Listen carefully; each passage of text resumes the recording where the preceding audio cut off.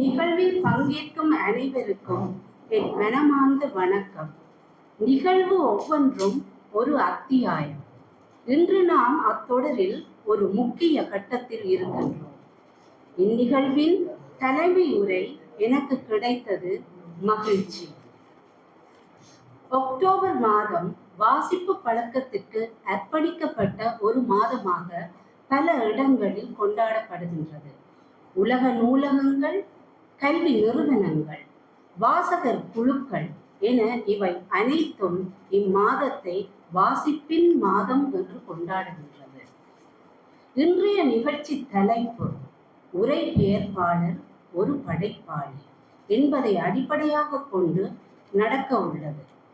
ஒரு மொழியை மற்றொரு மொழிக்கு மாற்றுவதை விட உணர்வுகளையும் அர்த்தங்களையும் மாற்றும் ஒரு படைப்பாற்றல் கொண்ட பணியாளராக உரை பெயர்ப்பாளர் பார்க்க போகின்றோம்.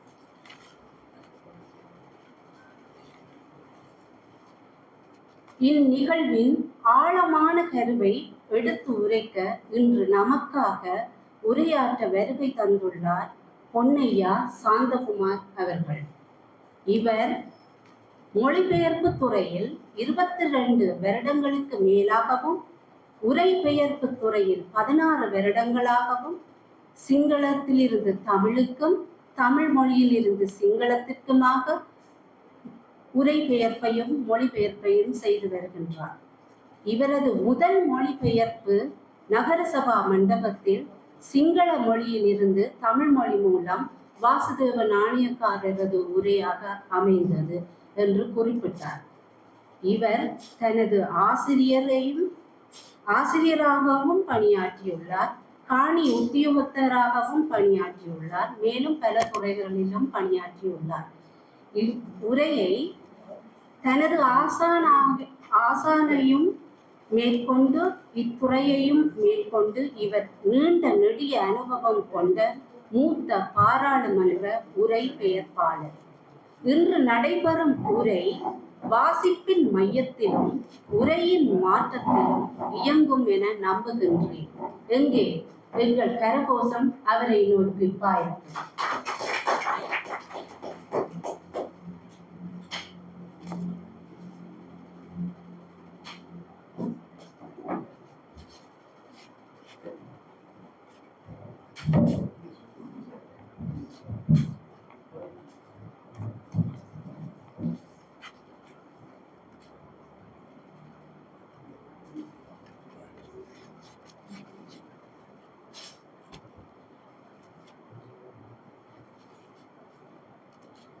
பொதிகை மலையிலே ஊனெடுத்து உயிர் வளர்த்த நம்மளை வணங்குகிறேன். இந்த இனிய தருணத்திற்கு தலைமையேற்றுக் கொண்டிருக்கின்ற நன்மையில் பூங்கோதை அவர்களே, என்னுடைய ஆசானும் வாழ்நாள் சாதனையாளருமான சிவகுருநாதன் அவர்களே, பாராளுமன்ற உரைபெயர்ப்பு பிரிவின் முன்னாள் தலைவர் வேதநாயகம் அவர்களே, பாராளுமன்றத்தின் தமிழ் சிங்கள பிரிவின் சமகால தலைவர் ஆறுமுகம் சரவண பவானந்தன் அவர்களே, பெரியவர்களே, என்னுடைய அலுவலக உறவுகளே, தமிழ்ச்சங்க அங்கத்தவர்களே, இலக்கிய குழுவின் செயலாளர் மதுசூதனன் அவர்களே, உங்கள் அனைவருக்கும் எனது இனிய வணக்கத்தை தெரிவித்துக் கொள்கிறேன். தமிழர்கள் தமிழை எப்படி காத்து வந்திருக்கிறார்கள் என்று நாங்கள் சற்று ஆழமாக ஆராய்கின்ற பொழுது அது முப்பெரும் காலம் வரை அந்த பயணம் நீடிக்கின்றது. அந்த வகையிலே எமது முன்னோர்கள் சங்கம் அமைத்து தமிழை காத்து வந்திருக்கிறார்கள். தென்மதுரையிலே முதலாவது தமிழ்ச்சங்கம் அமைக்கப்படுகிறது. காஞ்சின வலுதி முதலாக கொண்ட கடுங்கோன் என்ற பாண்டிய மன்னன் சங்கம் அமைத்து தமிழ் வளர்த்ததாக சான்றுகள் கூறுகின்றன.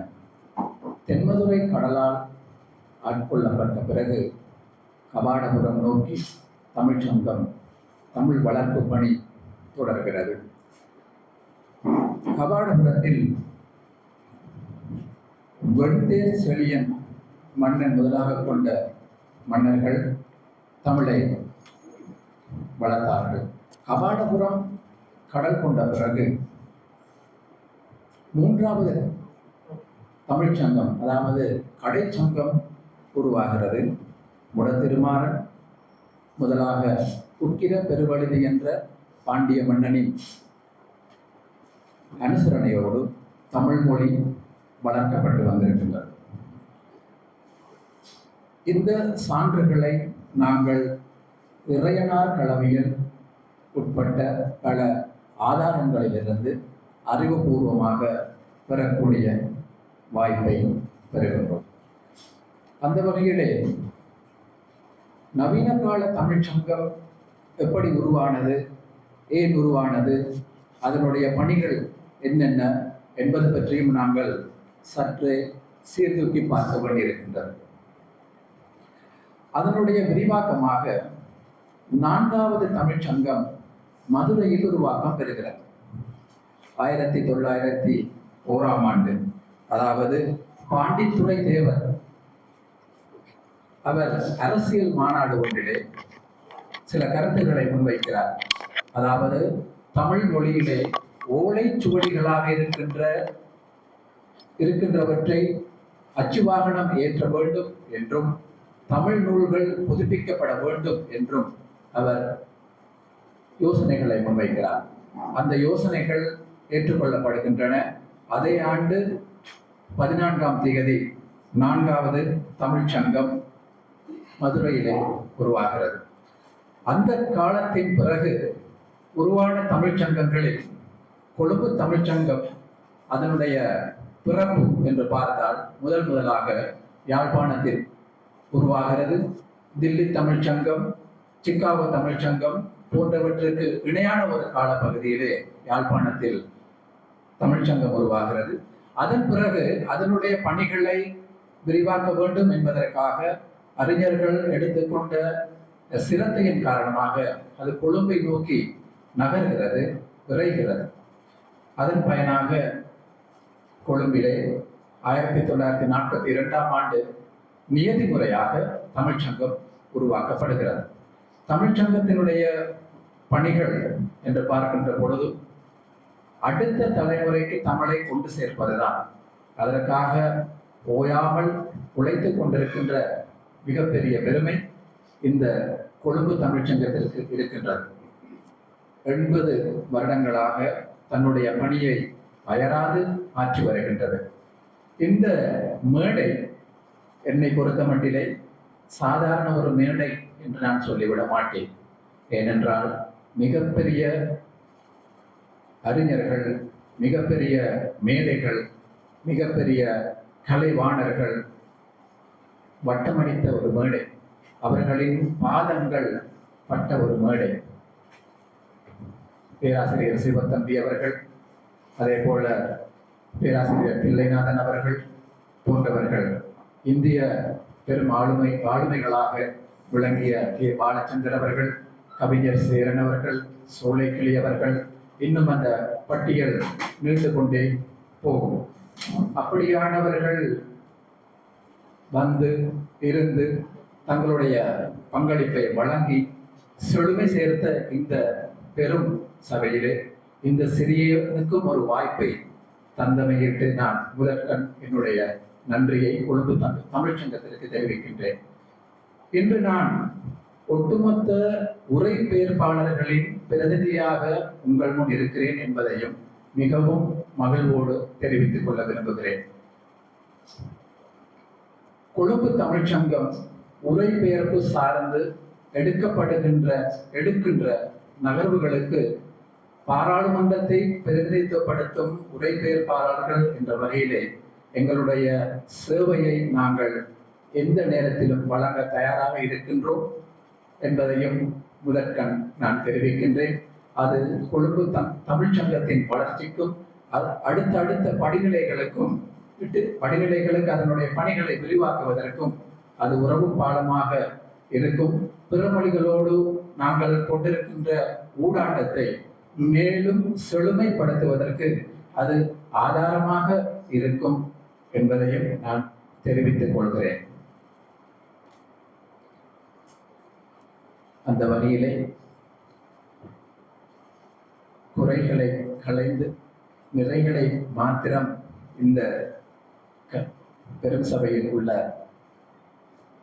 அறிஞர்கள் பெரியவர்கள் ஏற்றுக்கொள்ள வேண்டும் என்றும் மிகவும் தாழ்மையோடு கேட்டுக்கொள்கின்றேன்.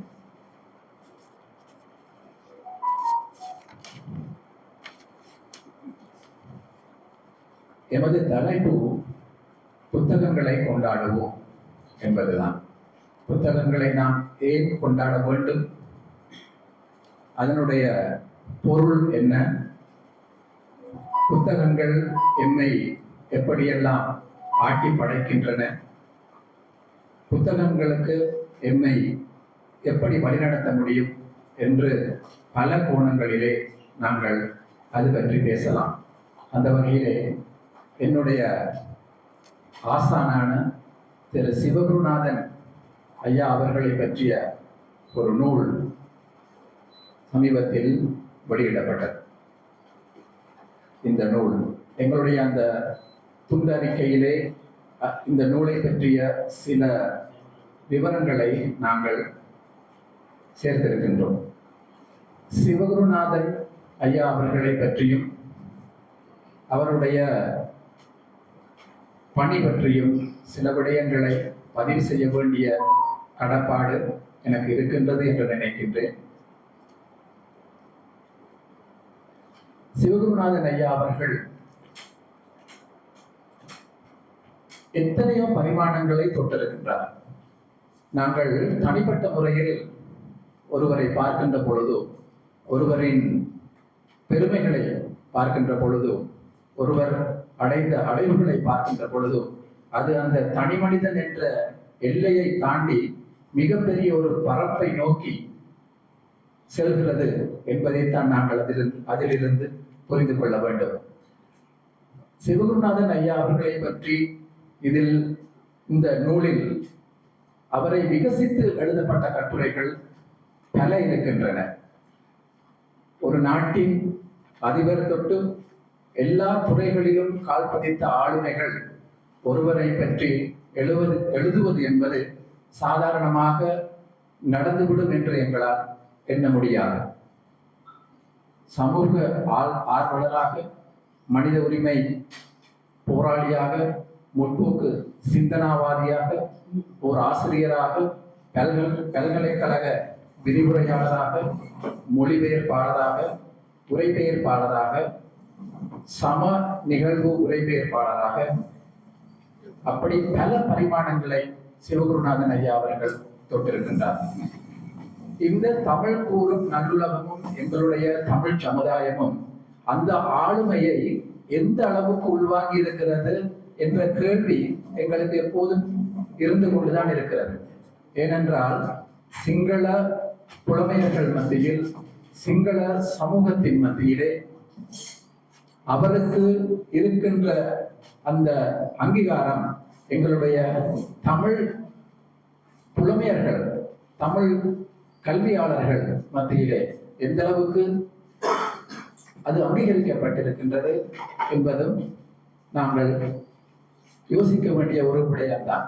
ஏனென்றால் உரைபெயர்ப்பாளன் எப்பொழுதும் சமூகத்தின் கவனம் பெறாத ஒரு பாத்திரமாக இருப்பதனால் அந்த நிலை ஏற்படுகிறதோ என்ற ஒரு ஐயப்பாடு எங்களுக்கு இருக்கின்றது. அந்த நூலில் எங்களுடைய நாட்டின் முன்னாள் அதிபர் மைத்ரிபால சிறிசேன அவர்கள் ஒரு விடயத்தை பதிவு செய்கிறார். அதாவது 2015 காலப்பகுதியிலே நல்லாட்சி அரசாங்கம் உருவானது. அது எல்லோருக்கும் தெரிந்த விடயம். எவரும் எதிர்பாராத விதத்தில்தான் அன்று ஆட்சி மாற்றம் நிகழ்ந்தது. அவர் யாழ்ப்பாணத்திற்கு செல்கிறார். அவர் அழைத்து கொண்டு போனது எங்களுடைய சிவகுருநாதன் ஐயா அவர்களை தான். அவரே சொல்லியிருக்கிறார், இது ஒரு தீர்க்கமான தருணம், கரணம் தப்பினால் மரணம். அப்படியான ஒரு தருணத்திலே என்னோடு வந்து நின்று இந்த பணிகளை ஆற்றினார் என்று சொல்வதை விட, அதிபர் அவர்கள், நாட்டின் தலைவர், வடக்கிற்கும் தெற்கிற்கும் உறவு பாலம் அமைப்பதிலே எனக்கு உறுதுணையாக இருந்த ஆளுமைதான் சிவகுருநாதன் என்று அவர் புகழாரம் சூட்டியிருக்கிறார். அதே போல புலவர் நிலார் எம் காசிம் அவர்களும் அவரை பற்றி விதந்து ஊதியிருக்கிறார். அதாவது, நாங்கள் ஒருவரை வாழ்த்தும் போதும், ஒருவருக்கு புகழ் மாலை சூட்டும் போதும், அவர் உயிரோடு இருக்கின்ற பொழுது அதை நாங்கள் செய்ய வேண்டும். அப்படி செய்தால்தான் அதற்கு பெருமை. அப்படி இல்லாவிட்டால் அந்த பெருமை, அதற்கு கிடைக்கின்ற அங்கீகாரம் நாங்கள் எதிர்பார்க்கின்ற அளவில் இருக்காது என்ற ஒரு கருத்தை அவர் பதிவு செய்திருக்கின்றார். அதே போல் நாம் அறிந்த கல்வியாளர் பேராசிரியர் மௌனகுரு அவர்களும் அவரை பற்றி தன்னுடைய கருத்துக்களை பதிவு செய்திருக்கிறார். அவர் மிகவும் சுவாரஸ்யமான ஒரு விடயத்தை சொல்லியிருக்கிறார். அதாவது, எங்களுக்கு இருமல் தும்மல் அப்படி ஏதாவது வந்து விட்டாலும் கூட சிவகுருநாதன் மொழிபெயர்த்து விடுவார் போல் இருக்கிறது என்று சொல்லியிருக்கிறார். அது எதை உணர்த்துகிறது என்றால், மொழிபெயர்ப்பு துறையிலே அவர் கொண்டிருக்கின்ற பற்று. அதாவது, அவர் அந்த சேவையை எந்த அளவுக்கு திறம்பட செய்கிறார், எந்த அளவுக்கு காத்திரம் வெளிப்படுகிறது என்ற தொனியிலே அவர் அப்படியான ஒரு கருத்தை பதிவு செய்திருக்கின்றார். சிவகுருநாதன் ஐயா அவர்களின் சேவை தொடர வேண்டும். மென்மேலும் அவர் சகல சௌபாகியங்களையும் ஆரோக்கியமான வாழ்வையும் வாழ்வதற்கான ஆசிகள், இறைவனின் ஆசி அவருக்கு கிட்ட வேண்டும் என்று நான் அவரை இந்த நேரத்திலே வாழ்த்துகிறேன். எனக்கு இன்று 3 விடயங்களை தொட்டு செல்ல வேண்டியிருக்கிறது. அதாவது, நாங்கள் சமீபத்தில் உலக மொழிபெயர்ப்பாளர் தினத்தை கொண்டாடி இருக்கின்றோம். சமகாலத்தில் வாசிப்பு மாதம் அனுஷ்டிக்கப்பட்டு அந்த பணிகள் இடம்பெற்றுக் கொண்டிருக்கின்றன. அதை விடவும் உரைபெயர்ப்பாளன் ஒரு சமூக படைப்பாளி, உரைபெயர்ப்பாளன் ஒரு படைப்பாளி என்ற 3 விடயங்களையொட்டி என்னுடைய கருத்தை நான் பதிவு செய்ய உங்கள் முன் நின்று கொண்டிருக்கின்றேன். தற்கால சமூகத்தில் புத்தகமும் வாசிப்பும் சிறுபான்மையாகிவிட்டதோ என்ற ஒரு தோற்றப்பாடு எல்லோருக்கும் வந்துவிட்டது. ஏனென்றால், உலக அளவில் பார்த்தாலும், எமது தேசத்தில் பார்த்தாலும் அதற்கான அழுகுறல்கள் தான் இருக்கின்றன. அழுது கொண்டிருக்கிறார்கள். வாசிப்பதில்லை, புத்தக வாசிப்பு நின்று விட்டது, அதை நாங்கள் மீட்டெடுக்க முடியாதா என்றபடியான, அதாவது அது எதை குறிக்கிறது என்றால், ஒரு சமூகத்தின் அறிவு, ஒரு சமூகத்தின் முன்னேற்றம், ஒரு சமூகத்தின் மேம்பாடு குன்றிக்கொண்டு போகும் பொழுது அவர்கள் முதலாக யோசிப்பதெல்லாம் இவர்கள் வாசிப்பதில்லை, இவர்கள் கற்பதில்லை, சமகால விடயங்கள், அதே போல உலகத்தினுடைய போக்குகள் இவர்களுக்கு தெரிவதில்லை. அப்படியான ஒரு கருத்து நிலைதான் பதிவு செய்யப்படும். அந்த அளவிலே புத்தக வாசிப்பு என்பது சற்றே குறைந்திருக்கிறது என்றுதான் சொல்ல வேண்டிய நிர்பந்தம் ஏற்பட்டிருக்கின்றது என்று துணிச்சலாக நாங்கள் அதை சொல்லலாம். புத்தகங்களுக்காக ஒரு தினம், புத்தகங்களை கொண்டாடுவதற்காக ஒரு தினம் 1995ஆம் ஆண்டு ஏப்ரல் மாதம் 23ஆம் தேதி பிரகடனம் செய்யப்படுகிறது. யுனெஸ்கோ நிறுவனம். அதற்கும் ஒரு வரலாறு இருக்கிறது. மிகப்பெரிய உலகம் போற்றும் நாடகாசிரியர் வில்லியம் ஷேக்ஸ்பியர் அவர்கள், அதே போல ஸ்பானிய எழுத்தாளர் மிகுவல் டி வேன்ஸ் ஆகியோரின் மறைவை நினைவு கூறும் முகமாக அவர்களின் இறப்பு 1616ஆம் ஆண்டு ஏப்ரல் மாதம் 23ஆம் தேதி நிகழ்ந்ததாக வரலாற்று ஆவணங்கள் சொல்கின்றன. அந்த 2 மேதைகளின் நினைவாக இந்த உலக புத்தக வாசிப்பு தினம் அனுஷ்டிக்கப்படுகிறது.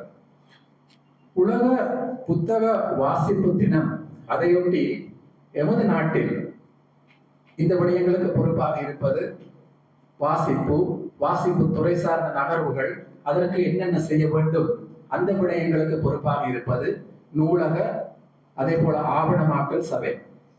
அவர்கள்தான் இதனுடைய முன்னோடிகள். எங்களுடைய நாட்டை பொறுத்தமட்டிலே யுனெஸ்கோ நிறுவனம் 2003ஆம் ஆண்டு தொடக்கம் 2013ஆம் ஆண்டு வரையான காலப்பகுதியை எழுத்தறிவு தசாப்தமாக பிரகடனம் செய்தது.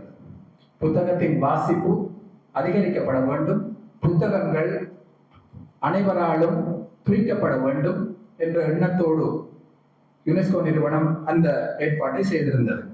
அதற்கு அமைவாக எங்களுடைய நாட்டில் 2004ஆம் ஆண்டு பேராசிரியர் திஸ்ஸ காரியவசம் அவர்கள் எமது நாட்டிலும் ஒரு புத்தக வாசிப்பு தினம் நடைமுறைக்கு வர வேண்டும் என்ற யோசனையை அரசாங்கத்திற்கு தெரிவித்தார். அந்த அடிப்படையிலே தான் அக்டோபர் மாதம், ஒவ்வொரு ஆண்டும் அக்டோபர் மாதம் புத்தக வாசிப்பு தினமாக எங்களுடைய நாட்டில் பிரகடனம் செய்யப்பட்டு அதற்கான சுற்றறிக்கைகள் வெளியிடப்பட்டு அந்த நிகழ்வு சமகாலத்தில் இடம்பெற்றுக் கொண்டிருக்கின்றது. புத்தக வாசிப்பு என்றவுடன் எங்களுக்கு நினைவுக்கு வருவது புத்தக கண்காட்சி. புத்தக கண்காட்சி ஆரம்பத்தில் தேசிய கலாபவனத்தில் தான் இடம்பெற்றது. அதனுடைய வசதிகள், அங்கு இடப்பற்றாக்குறை போன்றவை காரணமாக அது தற்போது பண்டாரநாயக்க சர்வதேச மாநாட்டு மண்டபத்திலே அந்த ஏற்பாடுகள் செய்யப்பட்டு வெளியீட்டாளர்களின் அனுசரணையோடு அந்த பணி சிறப்பாக முன்னெடுக்கப்படுகிறது. எமது நாட்டில் பொது நூலகங்கள் என்று பார்த்தால் 15,000 பொது நூலகங்கள் இருக்கின்றன.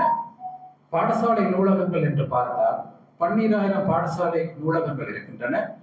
இந்த மாதத்திலே அந்த நூலகங்களின் பயனை மாணவர்கள், பொதுமக்கள் பெற்றுக்கொள்ள வேண்டும் என்பதற்காக பல்வேறு நிகழ்ச்சிகள் ஒழுங்கு செய்யப்படுகின்றன. அதாவது கவிதை போட்டி, கட்டுரை போட்டி, வாசிப்பு சம்பந்தமான செயலமர்வுகள், பயிலமர்வுகள் போன்ற அனைத்தும் இந்த காலப்பகுதியிலே மேற்கொள்ளப்பட்டு வருகின்றன. புத்தகங்கள் எங்களுடைய கண்கள் என்று நாங்கள் சொல்ல வேண்டும். உலக அளவிலே ஒவ்வொரு நாடுகளும் இந்த புத்தக வாசிப்பை பொதுமக்களுக்கு கொண்டு சேர்ப்பதற்காக என்னென்ன பணிகளை செய்கின்றன என்பது பற்றியும் சில விடயங்களை நான் பகிர்ந்து கொள்ள எண்ணுகிறேன்.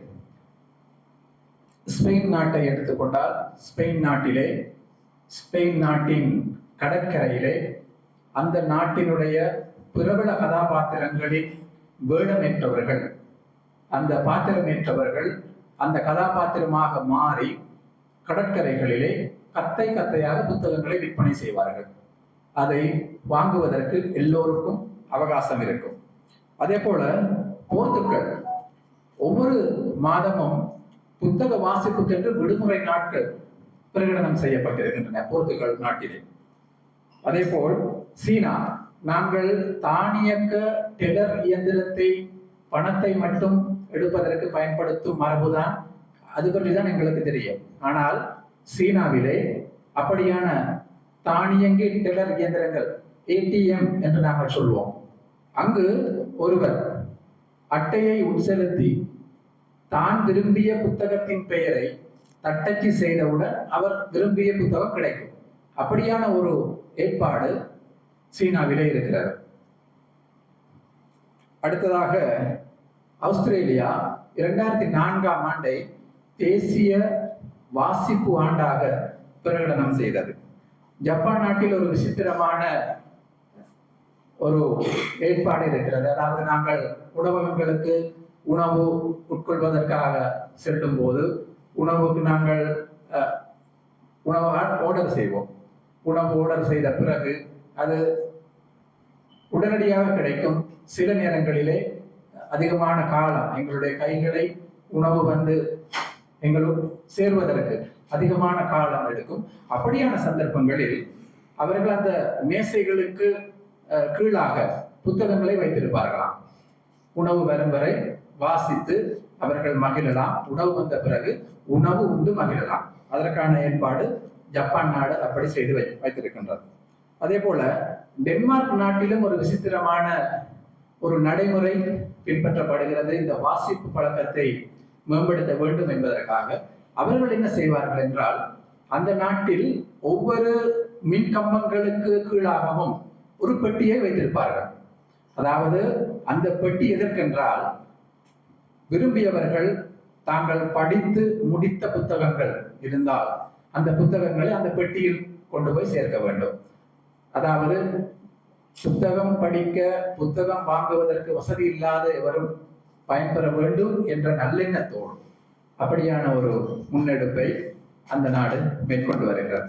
கியூபா நாடு புத்தக வாசிப்பை மேம்படுத்துவதற்கு என்ன செய்கிறது என்றால், எமது நாட்டில் நாங்கள் பங்கீட்டு அட்டைக்கு பொருட்கள் வாங்கிய ஒரு வரலாறு இருக்கிறது. கியூபாவிலும் அந்த நடைமுறை இருக்கிறது. பங்கீட்டு அட்டைகளுக்கு பொருட்களை நாங்கள் வாங்கும் பொழுது உலக கதாபாத்திரங்கள், கியூபா நாட்டின் கதாபாத்திரங்கள், உலகத்தில் புகழ்பூத்தவர்களின் படைப்புகள் அந்த பங்கீட்டு அட்டைகளோடு புத்தகமாக அவர்களுக்கு கிடைக்கும். பாரிஸ் நாட்டை எடுத்துக்கொண்டால் புத்தக வாசிப்புகளுக்காக பூங்காக்கள் அமைக்கப்பட்டிருக்கின்றன. இரவு நேரத்திலும் எவரும் அந்த வாசிப்பு பூங்காவுக்கு செல்லலாம், பகல் நேரங்களிலும் செல்லலாம். எல்லா வசதிகளையும் அந்த நாட்டின் அரசாங்கம், அதாவது பிரான்ஸ் நாட்டின் அரசாங்கம் அனைத்து வசதிகளையும் வாசிப்பின் நிமித்தம் செய்திருக்கின்றார். அப்படியான ஏற்பாடுகள் உலக அளவிலே வாசிப்பு திறனை மேம்படுத்த வேண்டும் என்பதற்காக, அதே போல வாசிப்பின் முக்கியத்துவத்தை உணர்த்துவதற்காக அந்த ஏற்பாடுகள் செய்யப்பட்டிருக்கின்றன. அதே போல் வாசிப்பு ஒரு மனிதனை எந்த அளவுக்கு செதுக்கும், செம்மையாக்கும் என்பது பற்றி பல அறிஞர்களின் கருத்துக்களை நாங்கள் கேட்டிருக்கின்றோம். வாசிப்பு மனிதனை பூரணமாக்கும், அதுதான் எல்லோராலும் அறியப்பட்ட கருத்து. அதை ஆங்கில எழுத்தாளர் பிரான்சிஸ் பேக்கன் அவர்கள்தான் அந்த கூற்றை முன்வைத்திருக்கின்றார். அதே போல் விவேகானந்தர் அவர்கள், சுவாமி விவேகானந்தர் அவர்கள், ஒரு நூலகம் திறக்கப்படுகின்ற பொழுது 1000 சிறைச்சாலைகள் மூடப்படுகின்றன என்ற ஒரு கருத்தை ஆணித்தரமாக முன்வைத்திருக்கின்றார். அதே போல மகா கவிஞர் ரவீந்திரநாத் தாகூர் அவர்கள், காலம் என்னும் ஆழ்கடலில் நீந்தி அறிவு என்னும் துறையை நீ அடைய வேண்டுமாக இருந்தால் அதற்கு கலங்கரை விளக்கமாக அமைவது நூல்கள் என்று சொல்லியிருக்கின்றார். அதே போல இன்னும் ஒரு MRR மார்ட்டின் என்பவர், புத்தகம் வாசிக்கும் ஒருவன் இறப்பதற்கு முன்னர் பல கதாபாத்திரங்களில் அவன் வாழ்கிறான். புத்தகம் வாசிக்காத ஒருவன் இறக்கும் போது ஒரு மனிதனாக, ஒரே ஒரு கதாபாத்திரமாக மட்டும்தான் அவன் இருப்பான். அதுதான் திண்ணம், அது முடிந்த முடிவு என்று சொல்லியிருக்கின்றார். இந்த கருத்துக்கள் அனைத்தும் வாசிப்பு ஒரு மனிதனுக்கு எந்த அளவு முக்கியத்துவம் என்பதை எடுத்து கூறுவதாக, எடுத்து இயம்புவதாக இருக்கிறது. இந்த கருத்துக்களை நாங்கள் பார்க்கின்ற பொழுது இவை அனைத்தும் சமகாலத்தில் அல்லது ஓரளவுக்கு வரலாற்றுக்கு முற்பட்ட காலத்தில் அறிஞர்களால் சொல்லப்பட்டவை.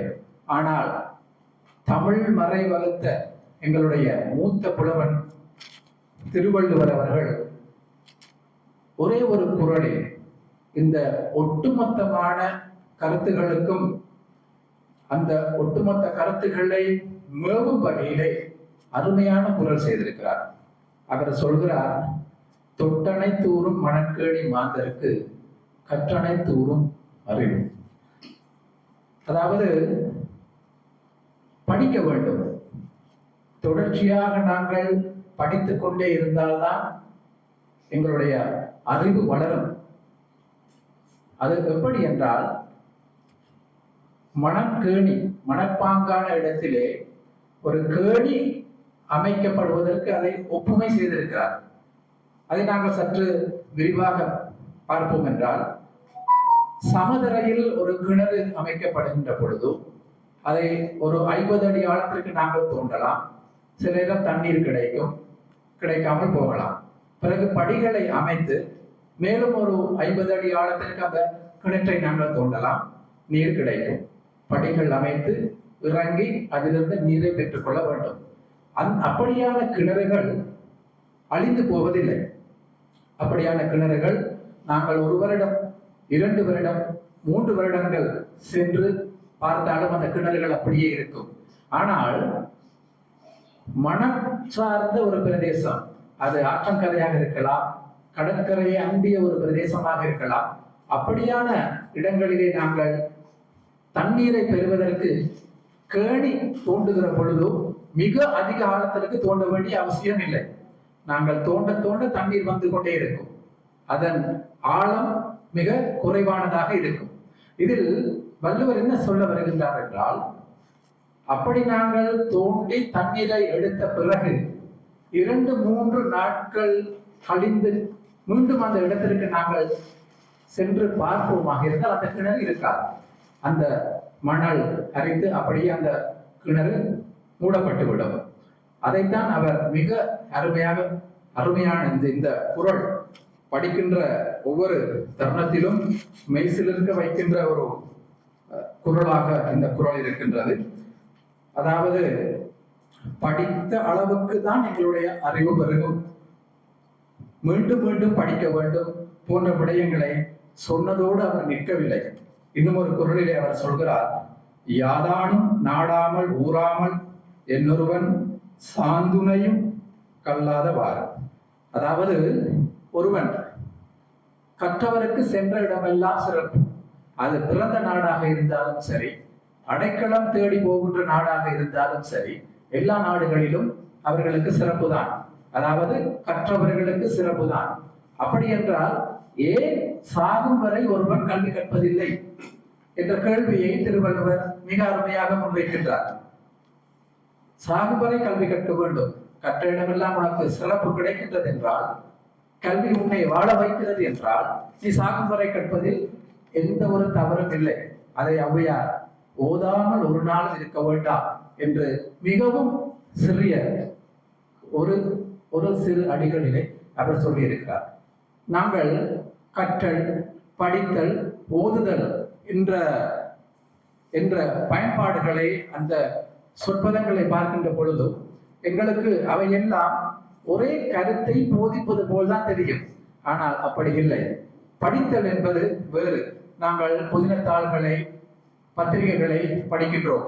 அதை மீட்ட வேண்டிய அவசியம் இருக்காது. அப்படி இல்லாவிட்டால் அதை கோப்புகளாக பேண வேண்டிய அவசியம் இருக்காது. கற்றல் என்பது அதிலிருந்து சற்றே வேறுபட்டு நிற்கின்றது. அதாவது, மகாகவி கம்பெனி கவிதைகள், பாரதியாரின் கவிதைகள் போன்றவற்றை நாங்கள் படித்தோம் என்று சொல்வதை விட, திருவாசகத்தை நாங்கள் படித்தோம் என்று சொல்வதை விட, நான் கற்றேன் என்று சொல்வதில்தான் அதனுடைய பெருமையும் அதனுடைய ஆழமும் அது எங்களை நெறிப்படுத்துகிறது என்ற முடிவுக்கும் நாங்கள் வரலாம்.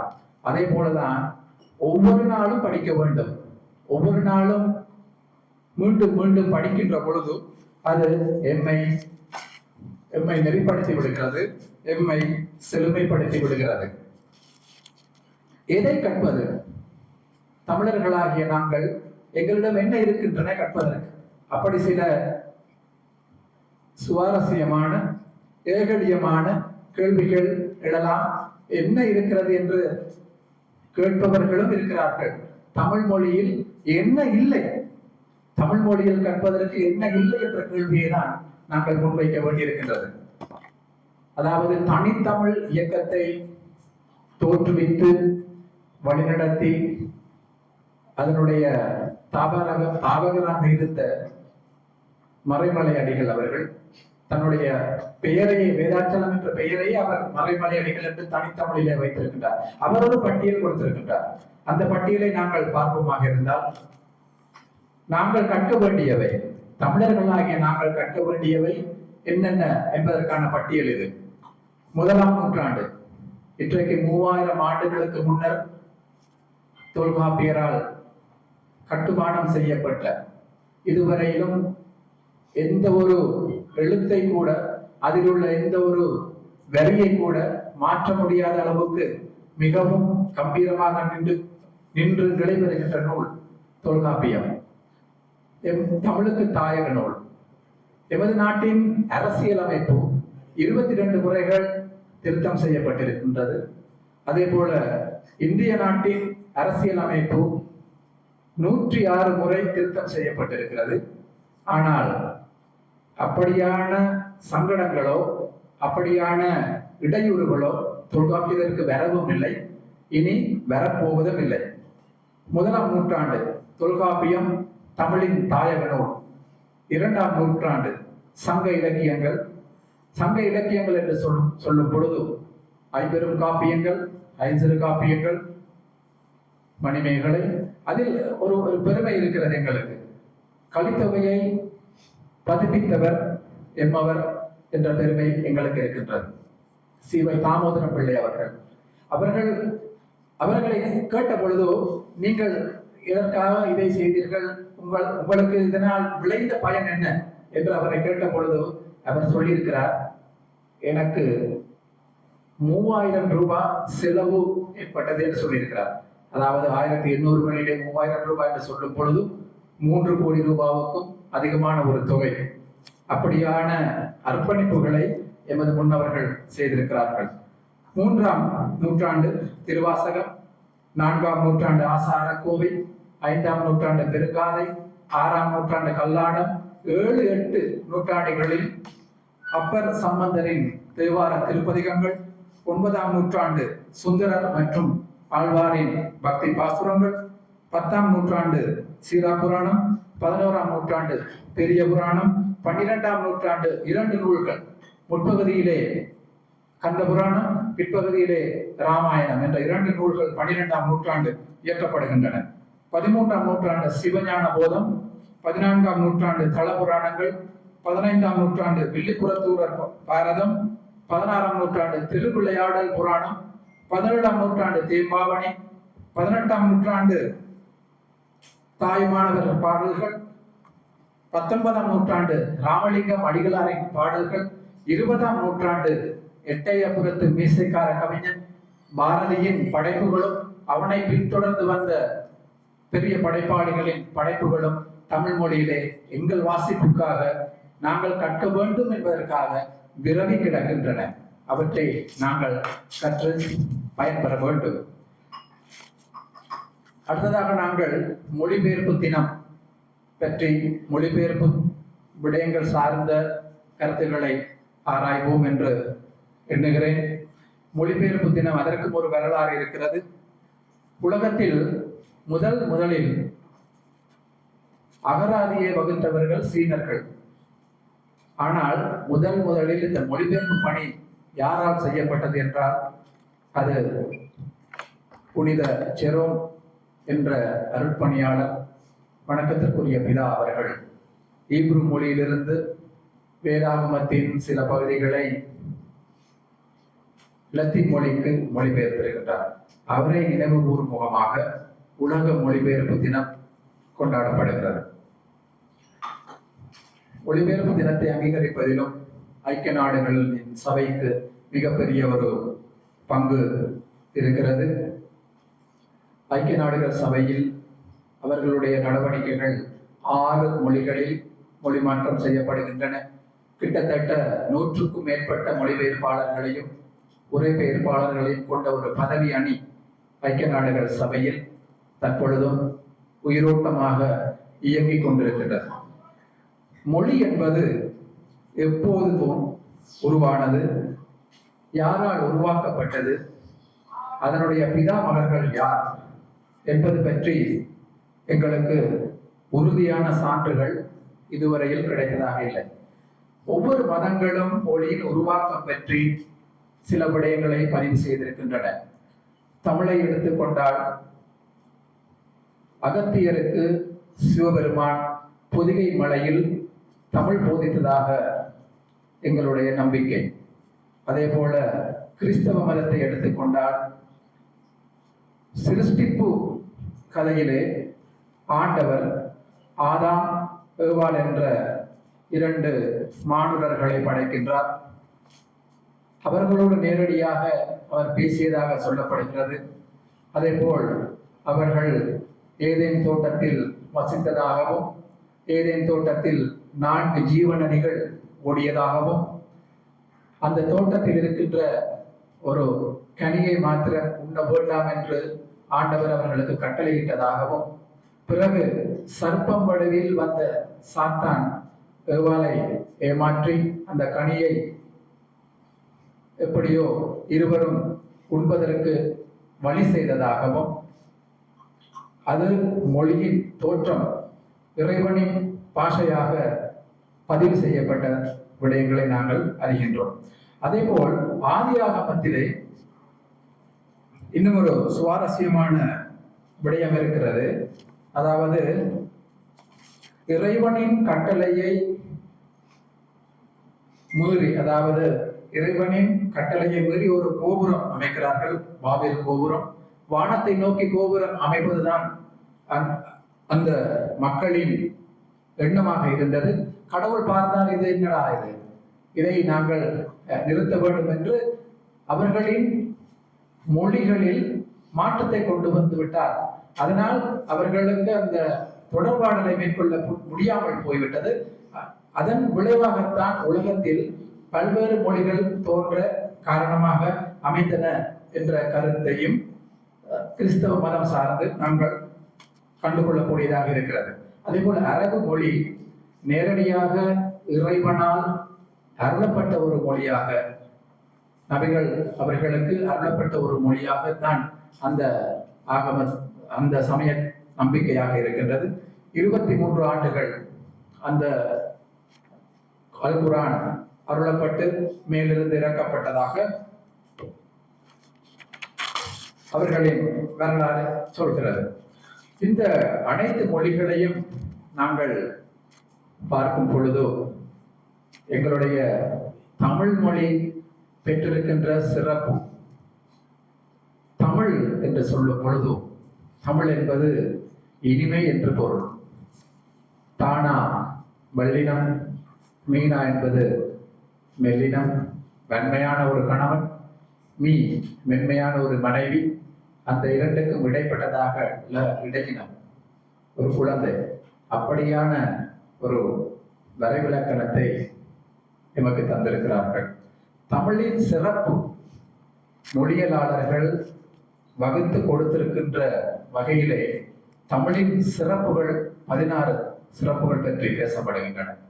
தொன்மை, முன்மை, எண்மை, ஒண்மை, இளமை, வளமை, தாய்மை, தூய்மை, செம்மை, மும்மை, தனிமை, இனிமை, நுண்மை, திருமை, வியன்மை, இயன்மை.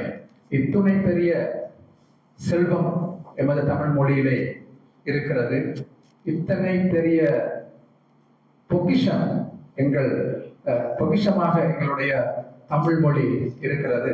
அது தமிழர்களாகிய எங்களுக்கு மிகவும் பெருமை சேர்க்கின்றது. அதனால்தான் நாங்கள் தமிழ் மொழியை பாராட்டு முகமாக ஒரு வாசகத்தை எங்கு சென்றாலும் யாரை பார்த்தாலும் அதைத்தான் சொல்வார்கள். கல் தோன்றி மண் தோன்றா காலத்து வாழோடு முன் தோன்றிய மூத்த குடி என்று தமிழின் பெருமையை எடுத்து காட்டுவதற்காக அந்த வாசகம் எல்லோராலும் சொல்லப்படுகிறது. தமிழ் வாழ்வியலை பாடியிருக்கிறது, தமிழ் இறைவனை பாடியிருக்கிறது, தமிழ் காதலை பாடியிருக்கிறது, தமிழ் வீரத்தை பாடியிருக்கிறது. அப்படி தமிழினுடைய பரிமாணம் என்று பார்க்கின்ற பொழுது எல்லா நேரங்களிலும் அது அறத்தை போதித்திருக்கிறது என்பதையும் நாங்கள் இந்த கல்வியுலகம் கண்டுகொள்ள வேண்டும். ஒரு படை வீரன் போரை முடித்துக் கொண்டு காதலியை காண விரைகிறான். அவனுக்கு தெரியும் காதலை காத்து கொண்டிருப்பால், விரைவாக செல்ல வேண்டும். அப்படி நான் விரைவாக செல்லும் போதும் என்னுடைய அந்த வேகம் எவரையும் பாதித்து விடக்கூடாது, எந்த உயிரினங்களையும் அது அந்த உயிரினத்தின் மகிழ்ச்சியை சிதைத்து விடக்கூடாது என்று உயர்தினையை ஆராதிப்பது போலவே அகிரிணையையும் ஆராதித்திருக்கின்றார். ஆக நான் ஒரு பாடல் இவ்வாறு சொல்கிறது: பூத்த பொங்கர் துணையோடு வதந்தி தாதுவும் பறவை பேதுருள் அஞ்சி மணினா ஆர்த்த மாண்பினை சேரல். அதாவது தேர் புறப்படுவதற்கு முன் அவனுக்கு தெரியும், தேர்ப்பாகனை பார்த்து சொல்கிறான், இணை வண்டுகள் மகரந்த பூக்களிலே இருக்கும், சில வண்டுகள் தேன் குடித்துக் கொண்டிருக்கும், என்னுடைய தேரில் கட்டப்பட்டிருக்கின்ற மணிகளின் ஓசை அவற்றை எந்த வகையிலும் பாதித்து விடக்கூடாது, அதற்கு ஏற்பாடு செய் என்று தேர்ப்பாகனுக்கு சொல்வதாக இந்த பாடல் இருக்கிறது. தமிழ் மொழி உயர்தினையை எப்படி ஆராதித்திருக்கின்றதோ அதே போல் அகிரிணையையும் அது ஆராதிக்கின்றது. அதற்கு இன்னும் ஒரு விடயத்தை நான் உங்கள் முன் தெரிவிக்க விரும்புகிறேன். அதாவது ஓரறிவு கொண்ட மரம், ஈரறிவு கொண்ட நத்தை, மூன்றறிவு கொண்ட நண்டு, நான்கறிவு கொண்ட பசு, அப்படி அந்த பட்டியல் நீளுகின்ற பொழுது ஆறறிவு கொண்டவன் தான் மனிதன். அவன் பகுத்தறிவு சிந்தனை உள்ளவன். மனிதனை தொல்காப்பியம் எப்படி அவனுக்கு பொருள் விளக்கம் சொல்லியிருக்கிறது என்றால், ஆறறிவு படைத்தவர்கள் உயர்தினை என்றும், மற்றையவை உயர்வு என்று சொல்கின்ற பொழுது அதற்கு எதிர்பார்ச்சொல் ஒன்று தாழ்வு என்று வர வேண்டும். அப்படி வரவில்லை. உயர்தினை மற்றைய அனைத்தும் அகிரிணை, அகுது இல்லை, அதாவது உயர்வு இல்லை என்ற கருத்தை வலியுறுத்தி அகிரிணை என்ற பதத்தை தான் தொல்காப்பியம் பயன்படுத்தி இருக்கிறது. உயர்தினையை ஆராதிக்கும் தமிழ் அகிரிணையையும் ஆராதித்திருக்கின்றது. அந்த அளவிலும் தமிழினுடைய பெருமை, தமிழினுடைய தொன்மை எப்படி என்று எங்களால் கண்டுகொள்ள முடியும். இது தமிழின் முன்னேற்றம், தமிழின் பரப்பு பற்றி நாங்கள் எங்களுடைய சங்ககால நூல்களை அடியொற்றி அப்படி கருத்துக்களை தெரிவிக்க முடியும். அதே போல் சமகாலத்தில் இந்த மொழியியல் வல்லுநர்கள் தமிழ், அதாவது ஒரு மொழிக்கான வரைவிலக்கணம் எப்படி இருக்க வேண்டும் என்பதற்கான சில விளக்கங்களை தந்திருக்கிறார்கள். 1942ஆம் ஆண்டு பெர்னார்ட் ப்ளாக் என்பவரும் அதே போல் ஜோர்ஜ் எல் டெகர் என்பவரும் ஒரு மொழியியல் சார்ந்த ஒரு நூலை படைத்திருக்கிறார்கள். அதற்கு பெயர் அவுட்லைன் ஆஃப் லிங்குவிஸ்டிக் அனலைசிஸ் என்பதால். அதில் மொழி என்றால் என்ன என்பதற்கு அவர்கள் கொடுத்திருக்கின்ற விளக்கம் இவ்வாறுதான் இருக்கின்றது. ஒரு மானுட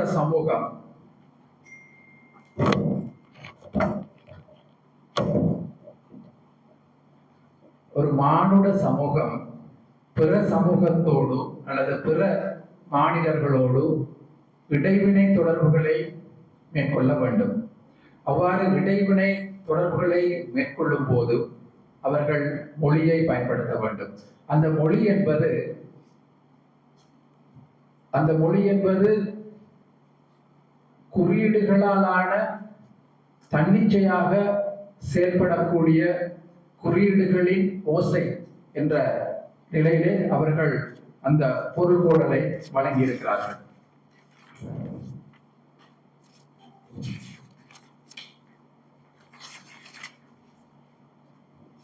அடுத்ததாக எங்களுடைய இந்த உரையின் முக்கியமான பகுதிக்குள் நான் செல்லலாம் என்று எதிர்பார்க்கின்றேன்.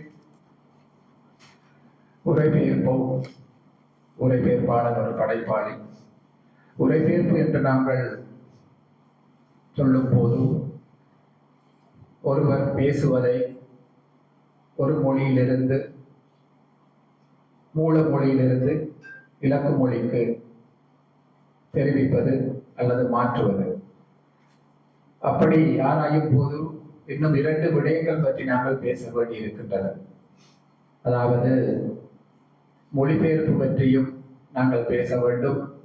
மொழிபெயர்ப்பிலிருந்து உரைபெயர்த்தல் என்ற விடயம் எவ்வாறு வேறுபடுகிறது என்பது பற்றியும், சமகாலத்தில் மிகவும் வளர்ச்சி அடைந்து வருகின்ற இயந்திர மொழிபெயர்ப்பு பற்றியும் நாங்கள் பேச வேண்டும்.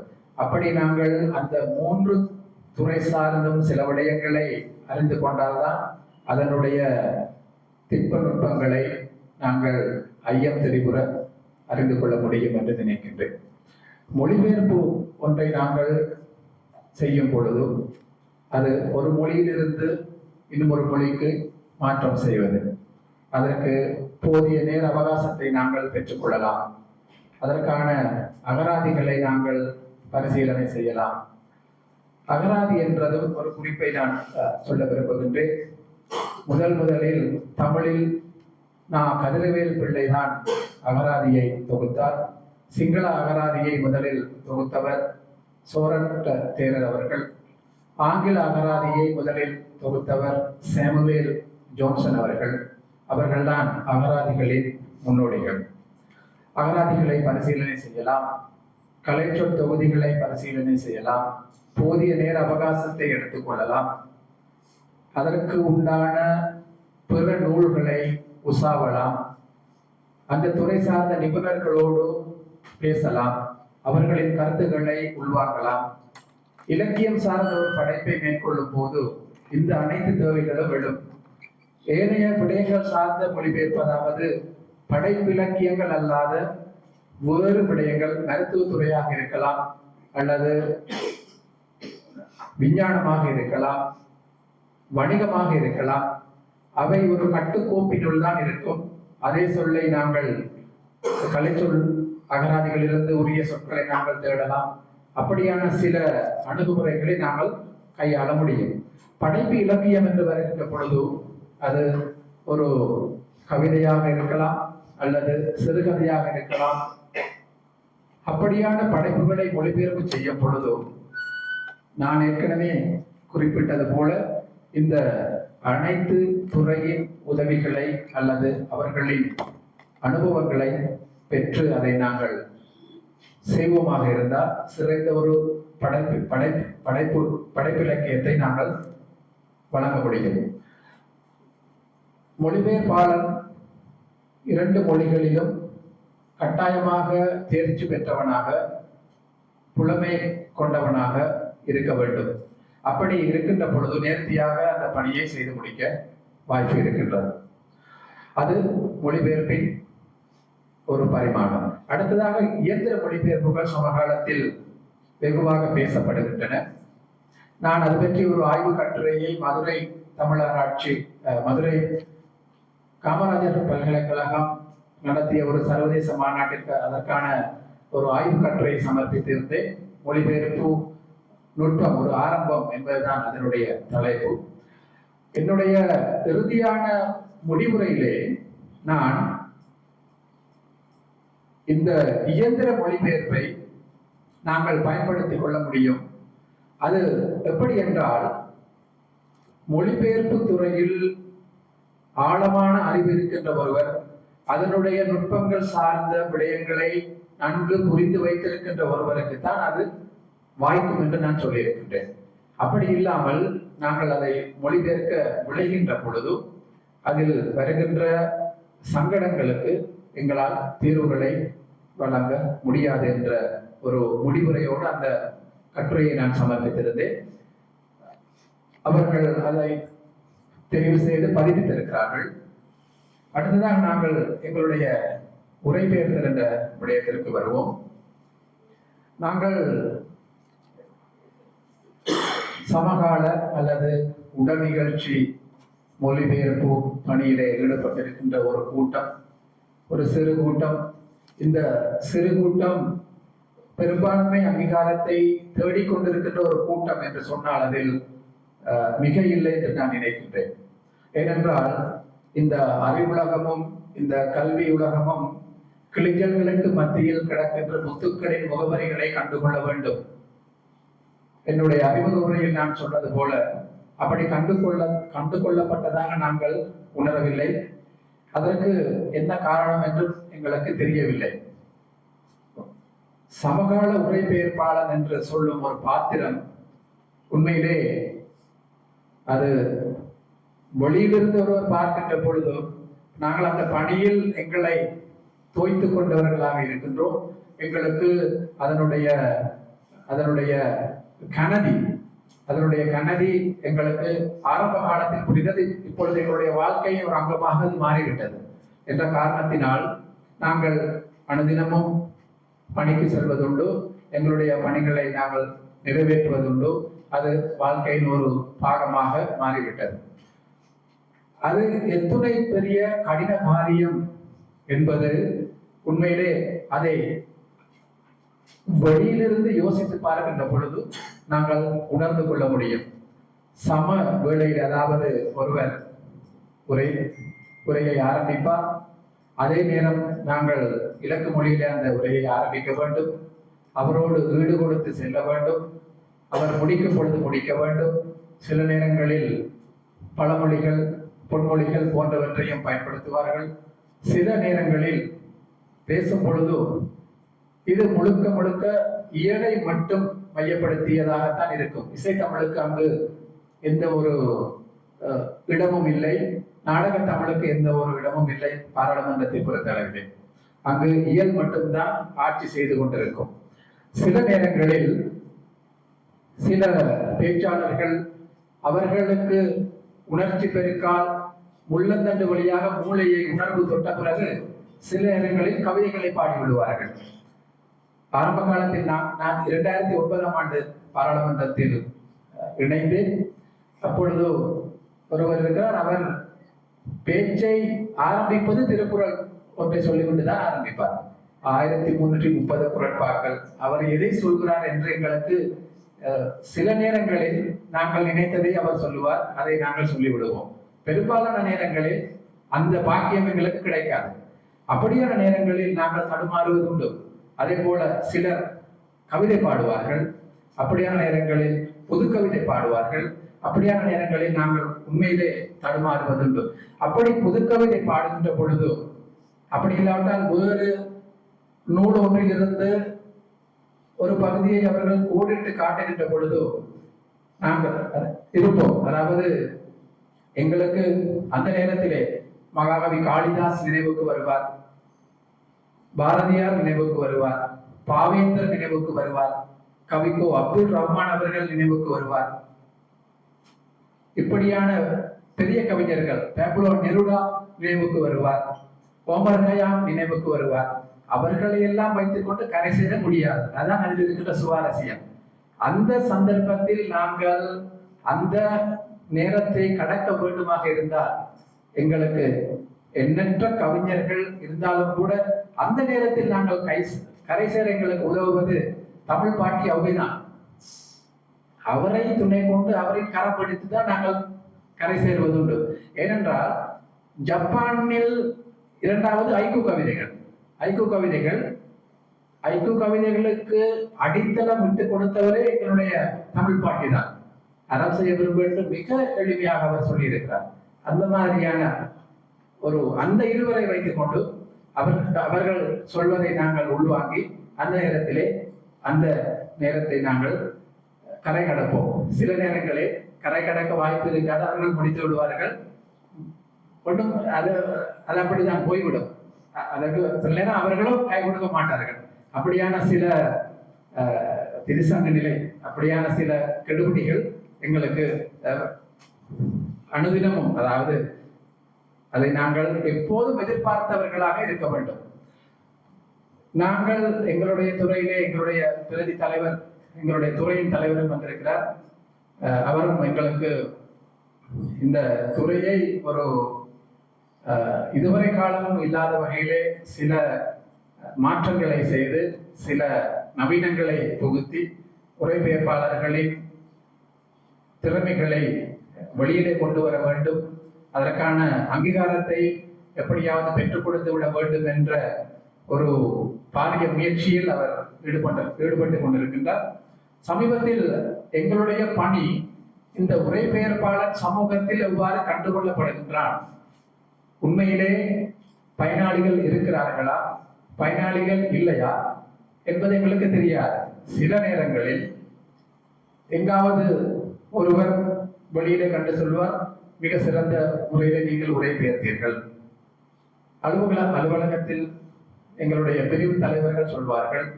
அது தவிர வெளியிலிருந்து அபூர்வமான தொலைபேசி அழைப்புகள் வரும். அப்படியான அழைப்புகள் நன்றாக நீங்கள் அந்த பணியை செய்தீர்கள் என்பதற்காக மட்டும்தான் இருக்கும்.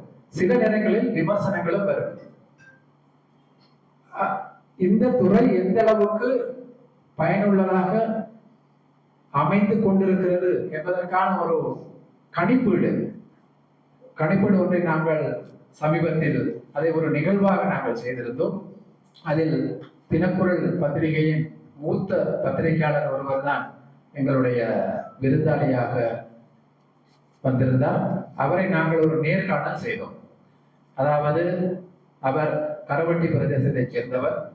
சிங்கள மொழி என்பது அவருக்கு பரிச்சயம் இல்லை. ஒரு எழுத்து கூட தெரியாது. அதே போல அவரால் எந்த ஒரு உரையாடலையும் சிங்கள மொழியில் நிகழ்த்த கூடிய நபராக அவர் இல்லை. 2003ஆம் ஆண்டுதான் அவர் பாராளுமன்றத்திற்கு முதலாக பாராளுமன்ற செய்தி சேகரிப்புக்காக வருகிறார். பாராளுமன்ற செய்தி சேகரிப்புக்கு பத்திரிகை நிறுவனம் ஒன்றிலிருந்து ஒருவரை தெரிவு செய்யும் போது உண்மையிலே ஆசிரியர் பீடத்தில் உள்ளவர்கள் அப்படியானவர்கள் தான் அங்கு அனுப்பப்படுவார்கள். ஏனென்றால் இது பாராளுமன்றம். அவர் முக்கியமான ஒரு விடயத்தை பதிவு செய்தார். அதாவது ஒரு அறிக்கைகளை செய்யும் பொழுது அதனுடைய முக்கியத்துவம் பற்றி அவர் தெரிவித்த விடயம் இது. 3 முக்கிய இடங்கள் பற்றி அவர் குறிப்பிட்டார். அதாவது முதலாவது யுத்த களமுனை. ஒரு பத்திரிகையாளனாக இருந்தாலும் சரி, ஒரு ஊடகவியலாளராக இருந்தாலும் சரி, யுத்த களமுனையில் செய்தி சேகரிப்பு என்பது அவர்களுடைய உயிருக்கு உத்தரவாதம் தரக்கூடிய ஒன்றாக இருக்காது. இரண்டாவதாக அவர் சொன்னவர் பாராளுமன்றத்தில். அதாவது நாட்டை ஆளுகின்ற, நாட்டை நெறிப்படுத்துகின்ற விடயங்கள் நடந்தேறுகின்ற கூடம், சபை, பாராளுமன்றம். அங்கு ஒருவர் செய்தி சேகரிப்புக்கு வருகின்றார் என்றால் அவரை நம்பி அந்த பத்திரிகை நிறுவனம் அவரை அனுப்புகிறது. அவரின் சேவை சிறக்க வேண்டும். அப்படியான எதிர்பார்ப்போடு அவர் வந்திருக்கிறார். முதலாவதாக அவருக்கு கிடைத்த உரை விமல் வீரவன்சன் என்ற அவர் அப்போது 2003ஆம் ஆண்டு என்று சொல்லும் பொழுதும் மிக கடுபடியான ஒரு காலகட்டம். அடுத்ததாக விமல் வீரவன்ச, நான்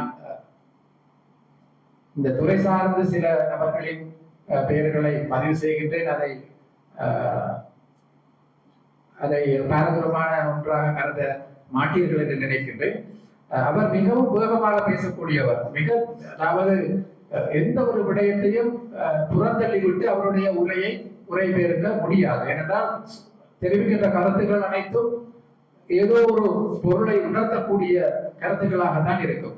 அப்படியான ஒருவரின் அப்படியான ஒருவருக்கு செய்தி சேகரிப்பு நடத்துவது என்பது மிக கடின காரியம்.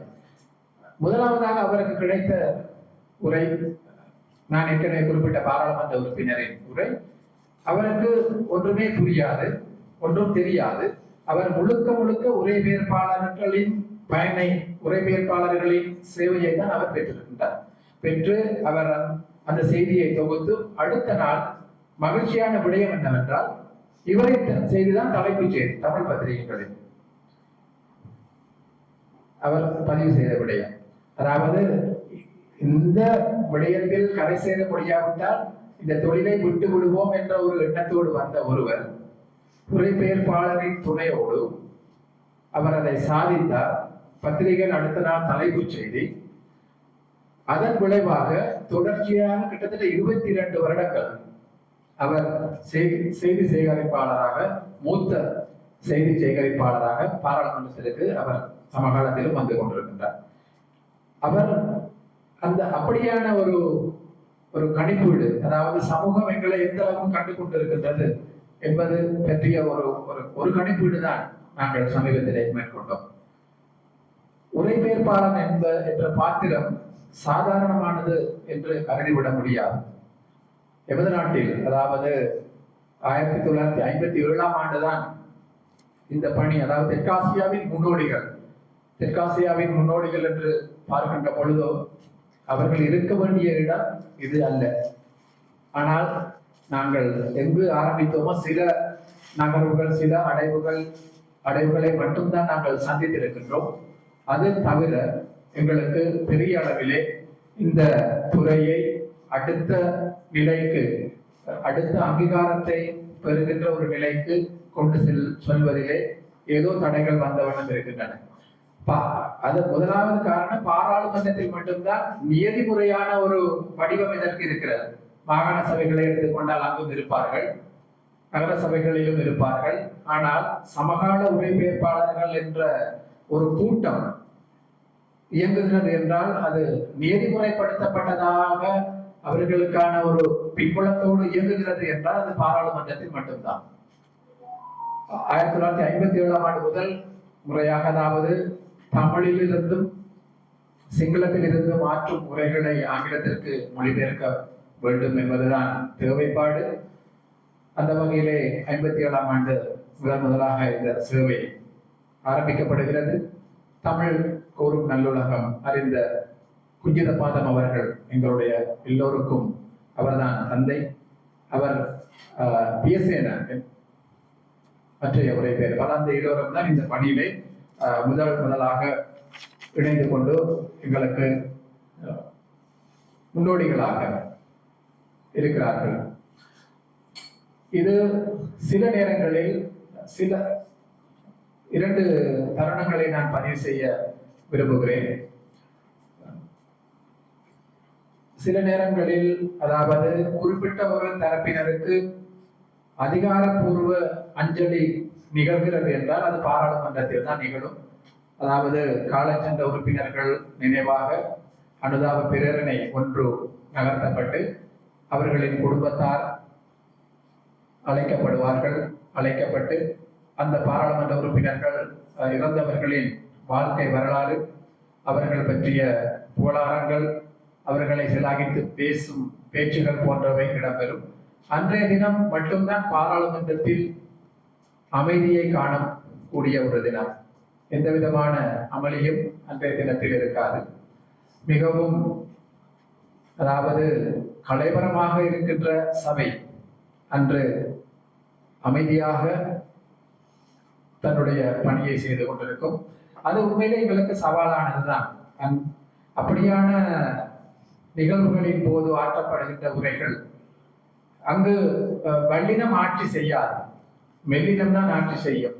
ஏனென்றால் ஒருவரின் மறைவுக்கு பிறகு அவரை பற்றி பேசும் பொழுதோ எந்த ஒரு உறுப்பினரும் ஆவேசமாக பேச மாட்டார்கள். மிகவும் மிகவும் அவர்களின் குரல்களிலிருந்து அனைத்துமே கனதி குறைந்ததாக மிக அதற்கு ஏற்ற ஒரு பாங்கிலே உரைகளை முன்வைப்பார்கள். அது எங்களுக்கு சவாலாக இருக்கும். சில நேரங்களில் அதே பாங்கினை நாங்கள் ஏற்க வேண்டும், அந்த பாத்திரத்தை நாங்கள் ஏற்க வேண்டும். அப்படி இல்லாவிட்டால் இந்த எங்களுடைய பணியை நாங்கள் செவ்வினை நிறைவேற்ற முடியாது. உரைபெயர்ப்பாளர்கள் என்று வருகின்ற பொழுது உண்மையிலே மூல உரையிலே இருக்கின்ற விடயத்தை, அதனுடைய ஆன்மாவை உள்வாங்கிக் கொண்டு இலக்கு மொழிக்கு மொழிபெயர்க்கின்ற மிகப்பெரிய ஒரு பணியை நாங்கள் செய்து கொண்டிருக்கின்றோம். அதாவது சமகால உரைபெயர்ப்பாளர்கள் செய்து கொண்டிருக்கிறார்கள். ஆனால் சமூகம் அவர்களை எப்படி பார்க்கிறது என்றால் அவர்களை ஒரு கருவியாகத்தான் பார்க்கிறது. அதாவது பலருக்கு தெரியாது, இதை ஒரு மனித கூட்டம் தான் நிகழ்த்தி கொண்டிருக்கிறது என்பது தெரியாது. அதாவது சாத்தியம் இல்லாத ஒரு விடயம், இதை சாத்தியப்படுத்தி இருக்கிறார்கள், எப்படி இது நிகழ்கிறது என்பது பலருக்கும், அதாவது பல அறிஞர்கள் இது இப்படியான ஒன்று இல்லை, அது இயந்திரம் தான் செய்து கொண்டிருக்கிறது என்ற ஒரு நினைப்பிலே வாழ்ந்து கொண்டிருக்கிறார்கள். அப்படியான சிலர் எங்களோடு பேசியும் இருக்கிறார்கள். நாங்கள் அதை எடுத்து கூறிய பிறகு அவர்கள் வியந்து பார்த்ததுண்டு. இது எப்படி சாத்தியம்? அதாவது ஒரே நேரத்தில் பல விடயங்கள் நிகழ வேண்டும். சிவகுருநாதன் ஐயா பற்றிய நூலிலே மதுசூதனன் ஐயா இந்த விடயம் சார்ந்த ஒரு கட்டுரையை எழுதியிருக்கிறார்.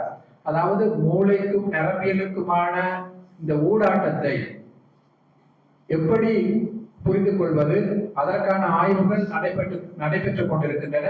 இதுவரையில் எந்த ஒரு முடிவும் எட்டப்படாத தேடலுக்கு வித்திட்ட ஒரு துறையாகவே இது இருக்கின்றது என்ற கருத்தை அவர் பதிவு செய்திருக்கின்றார். அதுதான் உண்மை. இது அசாத்தியமான ஒரு காரியத்தை ஒரு சிலர் சாத்தியமாக்கி கொண்டிருக்கிறார்கள். அனைவராலும் இது முடியாது. சிலரை நாங்கள் ஆட்சேர்ப்பு செய்கின்ற பொழுது வருவார்கள், சிலருக்கு கேட்டுக்கொண்டிருப்பார்கள், சிலருக்கு கேட்டுக்கொண்டிருக்கின்ற அதே தருணத்தில் அவர்களுக்கு சொல்ல முடியாது. முடிந்த பிறகு ஓரிரு வசனங்களை அவர்கள் மொழிபெயர்ப்பார்கள். அப்படியா, அதாவது அவர்கள் நிரம்ப படித்தவர்களாக இருப்பார்கள். அப்படியானவர்களுக்கு சில நேரங்களில் இந்த இயல்பாற்றல், உண்மையிலே இது பிறப்போடு வருகின்ற ஒரு ஆற்றல், அந்த ஆற்றல் கிடைப்பதில்லை. ஒரு சிறு கூட்டத்திற்கு தான் அந்த ஆற்றல் கிடைத்திருக்கின்றது. அந்த வகையிலே உண்மையிலே நாங்கள் பெருமை கொள்ள வேண்டும். எங்களுக்கு இப்படியான ஒரு சமூகத்திற்கு உறவு பாலம் அமைக்கும் வகிபாகத்தை ஏற்று அதை நிறைவேற்றுவதற்கு இறைவன் எங்களுக்கு தந்திருக்கின்ற இந்த அரிய ஆற்றலுக்காக இறைவனுக்கு தான் நாங்கள் நன்றி சொல்ல வேண்டும். மொழியின் ஆழத்தை மீட்டு கொண்டு வரும் நபர்களாக இந்த உரைபெயர்ப்பாளர்கள் இருக்கிறார்கள். ஏன் அப்படி சொல்கிறேன் என்றால், சாதாரணமான உரையை எந்த ஒரு பிரச்சனையும் இல்லாமல் எங்களால் அதை செய்து கொள்ள முடியும். இலக்கியம் சார்ந்த விடயங்களை மொழிபெயர்க்கும் போது அப்படியான விடயங்களும் சபையிலே பேசப்படும். அதாவது சில ஆளுமைகளை நினைவு கூறும் முகமாக பேசுகின்ற பொழுது முழுக்க இலக்கிய நயம் கலந்த உரைகள் முன்வைக்கப்படும். அதற்கு ஒரு எடுத்துக்காட்டை நான் தெரிவிக்கின்றேன்.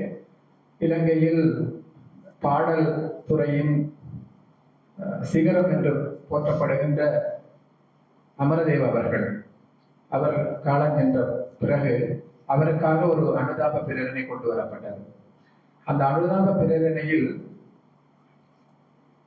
எல்லா உரைகளும் அவருடைய படைப்புகள் பற்றியதாக, சிங்கள இலக்கியத்தின் அடிநாதத்தை ஸ்பரிசிக்கும் முகமாக இருந்தன. அது எங்களுக்கு மிக சவாலாக இருந்தது. அப்படியான தருணத்தில் தான் உண்மையாகவே எங்களுடைய ஆற்றல், உண்மையாகவே அந்த இரு மொழிகளிலும் நாங்கள் கொண்டிருக்கின்ற புலமை, நாங்கள் மேலும் எதை வளர்த்துக் கொள்ள வேண்டும், எதை படிக்க வேண்டும் என்ற தூண்டலை இப்படியான உரைகள் தொடர்ச்சியாக எங்களுக்கு தந்து கொண்டே இருக்கும். அடுத்ததாக வரவு செலவு திட்ட உரை பற்றியும் சில விடயங்களை சொல்ல வேண்டும். ஒவ்வொரு ஆண்டும் நவம்பர் மாதம் வரவு செலவு திட்ட உரை நிகழ்த்தப்படும். அதையொட்டி 26 நாட்கள் விவாதம் தொடர்ச்சியாக இடம்பெறும்.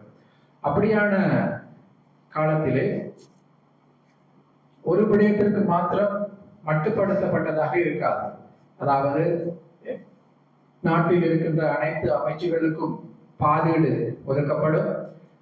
அந்த அமைச்சு சார்ந்த விவாதம் இடம்பெறுகின்ற நாட்களிலே சில சந்தர்ப்பங்களில் துறை சார்ந்து பேசுவார்கள். அந்த விடயத்தின் ஆழத்திற்கே செல்வதும் உண்டு. எங்களுக்கு எப்போதும் சவாலாக இருக்கிற துறை தான் இந்த மீன்வள துறை, கடற்றொழில், நீரியல், அது சம்பந்தமான விடயங்கள் எப்பொழுதும் எங்களுக்கு சவாலாக இருக்கிறது. ஏனென்றால் தமிழில் கலைச்சொல்லாக்கம் இப்படியான துறைகளில் இதுவரையில் தேர்ந்த படைப்பாக எங்களிடம் இல்லை.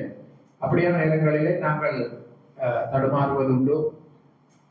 சில நேரங்களில் வாசகர்களை, அதாவது எங்களுடைய சேவை நாடுனர்களுக்கு அது எந்த அளவுக்கு பயன் தந்திருக்கிறது என்ற கேள்விகளையும் நாங்களாகவே எங்களிடம் கேட்டுக்கொள்கின்ற சில சந்தர்ப்பங்களையும் நாங்கள் கடந்ததுண்டு. நாங்கள் தனி ஒருவராக, ஒவ்வொரு உரைபெயர்ப்பாளரும் தனி ஒருவனாக அந்த சிறிய அறைக்குள் செல்ல வேண்டும். எங்களுக்கு முன்னால் ஒளிவாங்கி இருக்கும் காது கருவிகளில் உரை எங்களுடைய காதுகளை வந்தடையும். அந்த அறை எப்பொழுதும் காற்று புகாமல் வடிவமைக்கப்பட்ட ஒரு அறையாகத்தான் இருக்கும்.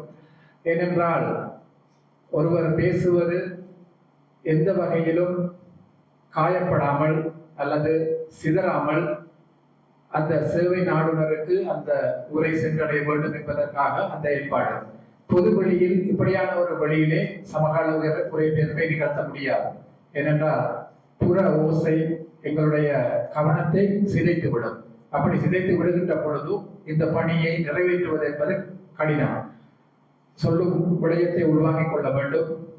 அதை நாங்கள் மனதிலே உரைபெயர்க்க வேண்டும். அதை நாங்கள் தெரிவிக்க வேண்டும். தெரிவிக்கின்ற பொழுது அடுத்த வசனம் எங்கள் காதுகளை வந்தடையும். இது ஒரு தொடராக, சங்கிலி தொடராக போய்கொண்டே இருக்கும். ஒவ்வொருவரும் ஏதோ ஒரு கட்டத்தில் 225 பேரையும் சந்தித்தாக வேண்டும். சில நேரங்களில் சட்டத்துறையில் பேராசிரியர் GL பீரிஸ் போன்றவர்கள் உரையாற்ற வருகிறார்கள் என்றால் சட்டத்துறையில் மிகப்பெரிய ஒரு ஆளுமை. அப்படியானவர்களின் உரையையும் நாங்கள் ஒரு சவாலாக ஏற்று அதற்கும் தயாராக எங்களை வளப்படுத்தி கொண்டு அந்த கதிரையிலே போய் நாங்கள் அமர்கின்றோம். உண்மையிலே சவால் தான். எல்லா துறைகளிலும் எல்லா விடயங்களிலும் கற்றுத் தேர்வது என்பது துறை சார்ந்த அறிவை மிதமிஞ்சிய அளவுக்கு பெறுவது என்பது கடினம்தான். அப்படி இருந்தும் நாங்கள் ஒவ்வொரு துறையிலும் இருக்கின்ற எண்ணக்கரு ரீதியிலே கவனம் பெறுகின்ற விடயங்களை பற்றிய வாசிப்பை மேற்கொள்வோம். அதற்கான தயார்படுத்தல்களை செய்வோம். அப்படி செய்துவிட்டுத்தான் அப்படியான பெரிய ஆளுமைகளை நாங்கள் எதிர்கொள்கின்றோம். சமகாலத்தில் இந்த துறை அதனுடைய பயணப்பாதை என்று பார்க்கின்ற பொழுதும் இன்னும் பல அடைவுகளை எட்ட வேண்டி இருக்கிறது என்றுதான் சொல்ல வேண்டும். அதற்கு ஒரு காரணம், இப்பொழுது எவரும் வருவதாக இல்லை. அது மிகப்பெரிய ஒரு குறைபாடாக இருக்கிறது. அதாவது ஆரம்ப காலங்களில் உரைபெயர்ப்பாளர் வெற்றிடங்கள் பற்றிய அறிவித்தல்கள் பத்திரிகைகளிலே விளம்பரம் செய்யப்பட்ட பிறகு எண்ணிக்கையில் கூடிய விண்ணப்ப படிவங்கள் நமக்கு கிடைப்பதுண்டு. சமகாலத்தில் அந்த போக்கு குறைந்து விட்டது. அது ஏனென்று எங்களுக்கு தெரியவில்லை. விண்ணப்பம் செய்பவர்களின் எண்ணிக்கையும் குறைந்து விட்டது. தமிழ் ஆங்கிலத்துறை இருக்கிறது. 3 துறைகள் இருக்கின்றன. தமிழ் சிங்களத்துறை, சிங்கள ஆங்கிலத்துறை, தமிழ் ஆங்கிலத்துறை. தமிழ் ஆங்கிலத்துறையில் 15 பேர் இருக்க வேண்டும். 7 அல்லது 8 பேர் தான் இருக்கிறார்கள். எங்களுடைய துறையில் இருக்கிறார்கள். எங்களுடைய பதவி அணி முழுமையாக பூர்த்தி செய்யப்பட்டிருக்கிறது. இது பற்றிய விழிப்புணர்வு இன்று இது ஒரு விழிப்புணர்வாகவும் எல்லோரும் எடுத்துக்கொள்ள வேண்டும். இந்த துறையின் பால் சமுதாயத்தை வழிபடுத்துவதற்கு ஏற்பாடுகளை செய்ய வேண்டும் என்பதை நான் ஒரு வேண்டுகோளாக முன்வைக்கின்றேன். அதேபோல் சமீபத்தில் நடந்த மலேசியாவில் நடந்த தமிழாராய்ச்சி மாநாட்டிலே சில சொல்லாக்கங்கள் இடம்பெற்றிருக்கின்றன. அவற்றில் சிலவற்றை மட்டும் கோடிட்டு காட்டிவிட்டு என்னுடைய உரையை நிறைவு செய்யலாம் என்று எதிர்பார்க்கின்றேன். QR கோட், அதற்கு விரைவு குறி என்ற சொல்லாக்கம் வந்திருக்கின்றது. 3D, அதற்கு முத்திரட்சி என்ற சொல்லாக்கம் வந்திருக்கின்றது. ஹாட்ஸ்பாட் நாங்கள் எல்லாரும் பயன்படுத்துகின்ற சொல், அதற்கு மின்வெளி என்ற சொல், இல்லை மன்னிக்கவும், பகிரலை என்ற சொல். சைபர் என்பதற்கு நாங்கள் இணைய வழி என்று நாங்கள் பயன்படுத்துவதுண்டு. அதற்கு மின்வழி என்ற சொல் வந்திருக்கின்றது. இன்ஸ்டாகிராம் என்பதற்கு படவெளி என்ற சொல் வந்திருக்கின்றது. ரவுட்டர் தொடர்ச்சியாக நாங்கள் பயன்படுத்துகின்ற ஒரு சொல். அது திசைவி என்ற தமிழ் சொல்லை தந்திருக்கின்றது. செல்ஃபி என்பது எல்லோருக்கும் பரிச்சயமான சொல். அதற்கு ஒரு தமிழ் சொல்லாக்கம் இடம்பெற்றிருக்கின்றது. சுயவி என்ற சொல். இறுதியாக வாட்ஸ்அப் என்பதற்கு புலனம் என்ற சொல் தரப்பட்டிருக்கின்றது.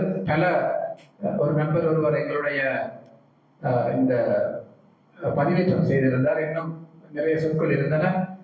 அவற்றில் முக்கியமான சொற்களாக இவை தென்பட்ட காரணத்தினால் இங்கு வந்த பிறகுதான் நான் குறிப்பிட்டுக் கொண்டேன். அது உதவியாக இருக்கும் என்று நான் உங்களோடு பகிர்ந்து கொண்டேன். இந்த துறையில் பயணப்படும் ஒருவனாக புதிய விடயங்களை அனுதினமும் கற்றுக்கொண்டிருக்கின்ற ஒருவன் என்ற அடிப்படையிலும் கற்க வேண்டிய நிறைய விடயங்கள் நாளுக்கு நாள் அதிகரித்துக் கொண்டே இருக்கின்றன. இந்த துறையை பொறுத்தளவிலே பாடல் பருவத்தில் தான் நான் இருக்கிறேன் என்பதையும் அனுதினமும் எனக்கு அது உணர்த்தி கொண்டேதான் இருக்கின்றது. அந்த அளவுக்கு இந்த துறை கடல் போன்றது. இதில் நீந்துவது என்பது மிகப்பெரிய ஒரு சவால், மிகப்பெரிய ஒரு காரியம். அனுதினமும் மிகப்பெரிய ஒரு சவாலை எதிர்கொண்டுதான் அந்த கதிரையில் போய் நாங்கள் அமர்கின்றோம். நன்றி.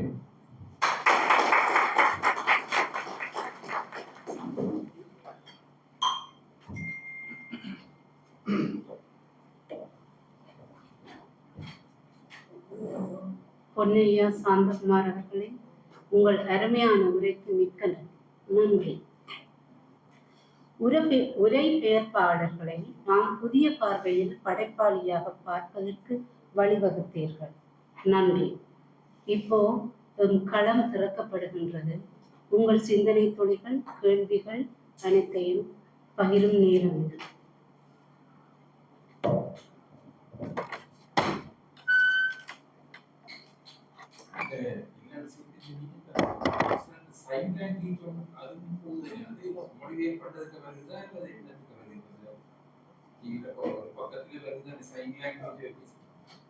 அது வருது. அந்த துறையில நிபுணர்கள் ஆசிரியர் செய்யப்பட்டிருக்கிறார்கள். சபையில அதாவது சபையில் ஆற்றப்படுகிற முறைகள் வேறொரிடத்திலிருந்து அது பாராளுமன்றம் ஏற்பாடு செய்திருக்கு. சமீபத்தில் சமீப மொழிபெயர்ப்பு தினமும் கொண்டாடப்பட்டது. அது சமீபத்தில் இருந்துன்னா ஆரம்பத்தில இருந்து இருக்கையில சமீபத்தில் இருந்துன்னா அந்த சேவையை பாராளுமன்றம் ஆட்சி வருகிறது. முடிக்கும்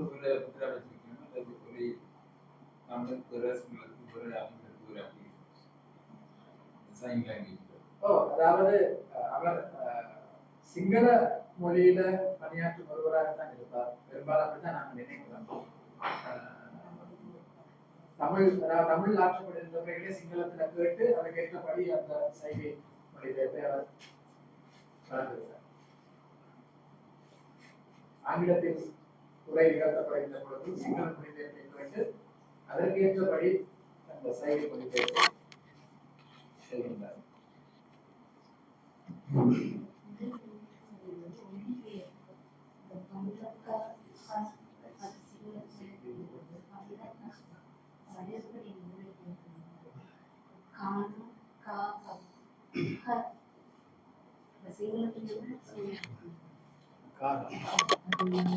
ஒலி பெயர்ப்பு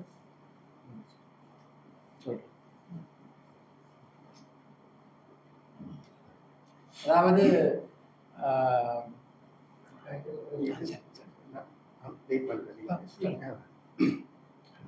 உங்கள் எல்லோருக்கும் என்று அன்பு கணிந்த வணக்கம். இன்று சாந்தகுமார் அவர்கள் எங்களை இமயத்திலிருந்து கன்னியாகுமரி வரைக்கும் தமிழ் மொழியை நடத்தி சென்றிருக்கின்றார். அவருடைய விளக்கமும் மொழி சார்ந்த துலங்களும் எங்களுக்கு உண்மையிலேயே ஒரு பயனுள்ளதாக இருந்தது. அவர் எடுத்து சென்ற பாதை ஒரு ஹிஸ்டாரிக்கல் பெர்ஃபெக்ட் இருந்தது. சரித்திரபூர்வமாக மொழி வளர்ந்து நம்மிடையே எவ்வளவு ஆழமாகவும் அகலமாகவும் கருச்செறிந்ததாகவும் நடமாடிக்கொண்டிருக்கின்ற தமிழை பற்றி நிறைய சொல்லியிருந்தார். அது எல்லாம் எங்களுக்கு ஒரு ஞாபகமூட்டலாகவும் எமது தமிழ் கத்தியை திரும்ப திரும்ப தீட்டுவதாகவும் எம்மை நாமே மணங்கி இருந்தால் கூர்மைப்படுத்துவதாகவும் இருந்திருக்கின்றது. நேரே தலையந்துக்கு வந்தால் உரை பெயர்ப்பாளர் ஒரு படைப்பாளி என்பதுதான் இன்றைய உரைஞரின் பேச்சின் கருப்பொருள். அதை அவர் ஒரு சிறு வட்டத்தில் இருந்து தொடங்காது ஒரு பெரிய விட்டப்புள்ள வட்டத்தில் இருந்து சுத்தி சுத்தி சுத்தி வந்து நியூக்ளியஸ் சென்டர் பாயிண்ட்டுக்கு எங்களிடம் வந்து தொட்டார். எல்லா வட்டங்களும் பயனுள்ளதாகவே இருந்தன. அந்த படைப்பாளி என்ற சொல்லுக்கு அவர் மறைமுகமாகத்தான் மொழி உரைபெயர்ப்பாளர் ஒரு படைப்பாளி என்று சொன்னார். நான் ஒரு இலகுவான ஒரு உதாரணத்தை சொல்லலாம் என்று எண்ணுகின்றேன். தவறாய் நீங்கள் எல்லோரும் என்னை மன்னித்துக் கொள்ள வேண்டும். சமகால உரைபெயர்ப்பாளர் உடைய மொழிபெயர்ப்பு மிக மிக மிக கடினமானது. simultaneous interpreting or simultaneously doing the interpretation. Translation மொழிபெயர்ப்பு வித்தியாசமானது. அவர் அதுக்கு உரிய பகிரங்கமான விளக்கத்தை தந்தார். அதுக்கு போதிய அளவு நேரம், காலம், சிந்தனை, வசதிகள் இருக்கின்ற பலங்களை தேடி செய்யலாம் என்று அழகாக சொல்லியிருக்கார். ஆனால் சிமல்டேனியஸ்லி உடனடியாக செய்கின்ற ஒன்றுக்கு, சமகாலத்தில் செய்கின்ற ஒன்றுக்கு முதல் தேவை சொல் வளம். இரு மொழிகளுக்கும் தேவையான சொல் வளம். அடுத்தது என்ன பொருள் பற்றி பேசுகின்றோம் என்கின்ற துலங்கள், தெரிவுத்தன்மை. எது பற்றி பேசுகின்றோம்? அதிலும் ஆழமான கருத்துக்கள், ஆழமான சொல் விளக்கங்கள் தெரிய வேண்டும். இல்லாவிட்டால் ஒரு நிபுணத்துவர் பேசும் பொழுதும் ஒரு சாதாரண மனிதன் ஒரே விடயத்தை பேசும் பொழுதும் வித்தியாசமான விரிவாக்கம் ஏற்படுகிறது. So it has to be deeply expanded knowledge in the various dimensions discussed of the subject, as well as with the accurate, proportionate, appropriate terms of references to be explained. அதாவது பொருத்தமான, சரியான, துல்லியமான சொற்பதங்களை பாவிக்க வேண்டும். நான் உதாரணம் வந்து சொல்கிறேன். ஆங்கிலத்திலிருந்து தமிழுக்கு வருகிறோம். அப்ப சொன்னால் நாங்கள் ஆங்கிலத்தில் ஃபேர் என்ற ஒரு சொல்லி எடுத்துக்கொள்வோம். FAIR fair. ஃபேர் என்றால் இந்த டிக்ஷனரியில் பார்த்தாலும் கிட்டத்தட்ட 3 கருத்துக்களை பேசிக்கலி அடிப்படையாக சொல்வார்கள். ஃபேர் என்றால் இஸ் அ ஃபேர் லேடி. கொஞ்சம் அவருடைய ஸ்கின் வந்து வெள்ளை நிறமாக ஆகுது. Fair lady. ஃபேர் லேடி என்றால் அவள் நியாயமான பெண் என்றும் சொல்லலாம். அப்போ ஒரு ஸ்கின்னுடைய அழகை பற்றி அந்த ஃபேர் என்று சொல்லி இருக்கின்றது. மற்றது ஒரு நியாயமான ஃபேர் லேடி, ஃபேர் டீல் என்று வருகிறது. இன்னொருத்தர் ஃபேர் என்று வந்தால் சந்தை, மார்க்கெட். ஸோ பாருங்க, இந்த ஃபேர் என்ற சொல்லை சமகால உரைபெயர்ப்பாளர் கேட்டுக்கொண்டுதான் இருக்கின்றார். அப்ப உச்சரிப்பவர் எந்த நாட்டை சேர்ந்தவர், எப்படியான உச்சரிப்பு இருக்கிறது என்று கூட இந்த மொழிபெயர்ப்பாளருக்கு ஒரு திக்குமுக்கான நிலை உண்டாக்கும். மற்றது என்னபடியாம், இது அழகை பற்றி பேசுகிறோமா, சந்தையை பற்றி பேசுகின்றோமா, ஒரு நியாயமான விடயத்தை பற்றி பேசுகின்றோமான்னு ஃபேர் என்று சொல்லி இருக்கின்றார். அது ஐயா ஃபேர். ஆனா உச்சரிப்பை பாருங்கள், FAIR ஃபேருக்கு இன்னொன்று இருக்கு, FARE ஃபேர். அவர் அழகு, சந்தை, நியாயத்தை பற்றி கேட்க வேண்டுமா, அல்லது ஃபேர் என்றால் பஸ் ஃபேரா, has he done fairly in the exam, பரீட்சையில் நன்றாக செய்தாரா, அந்த ஃபேரும் வரும். அப்ப அவருக்கு அந்த பேசுகின்ற பொருள் பற்றிய ப்ரீ கன்சீவ்ட் ஐடியாஸ், முன்னோக்ககரமான கருத்து செவி வேணும். அதை தொடர்ந்து வரும் பொழுது அதில் ஏற்படுகின்ற மாற்ற சொற்களை அவருக்கு தெரிந்திருக்க வேண்டும். The most difficult work is doing the simultaneous interpretation or translation. So we must be very careful on that aspect of it. அது மட்டுமல்ல, பாருங்க, ஃபேர் என்று சொல்லப்படி போகுது, ஃபேரி டெய்ல்ஸ், ஃபேர் மார்க்கெட். அப்போ இப்படி சொல்றேன் பாருங்க. அப்படி இந்த 3 ஃபேரை ஒன்றே போடுறீங்க என்றால் ஒரு வசனத்தை கேட்கலாம். I saw a fair lady, the daughter of the fair man in that fair. I saw a fair lady, daughter of a fair man in that fair. I paid fair ticket 5 rupees to enter the market. Picking up my son's exam result, I found he fared badly. You see, the word fair, சமகால மொழிபெயர்ப்பில் மிக மிக கஷ்டமானது. The most difficult issue is that one. However, இருந்த போதிலும் அவர்கள் ஒரு பரீட்சையத்துக்கு வந்துவிட்டால், இன்று நாங்கள் காரை செலுத்துவது போல ஆரம்பத்தில் கியர் அடிச்சு கிளச்சு அடிச்சு ஆக்சிலரேட் அடிச்சு எல்லாம் செய்வோம். பிறகு ஃபோன் கதைக்கொண்டு ஓடுவோம், சிகரெட் பிடிச்சு கொண்டு ஓடுவோம், மச்சானையும் மச்சாவட்டையும் தட்டி தட்டி கதைச்சு ஓடுகின்றோம். அதுபோல the profession has become a seasoned issue in their mental capacity. இந்த தொழில் அவர்களுக்கு பழக்கப்பட்டதாக வந்துவிடும். அதன் பேர் மகாபலியின் நீரோட்டம் போல் போய் கொண்டிருக்கும். இருந்தாலும் it's not easy to do simultaneous translation. Thank you.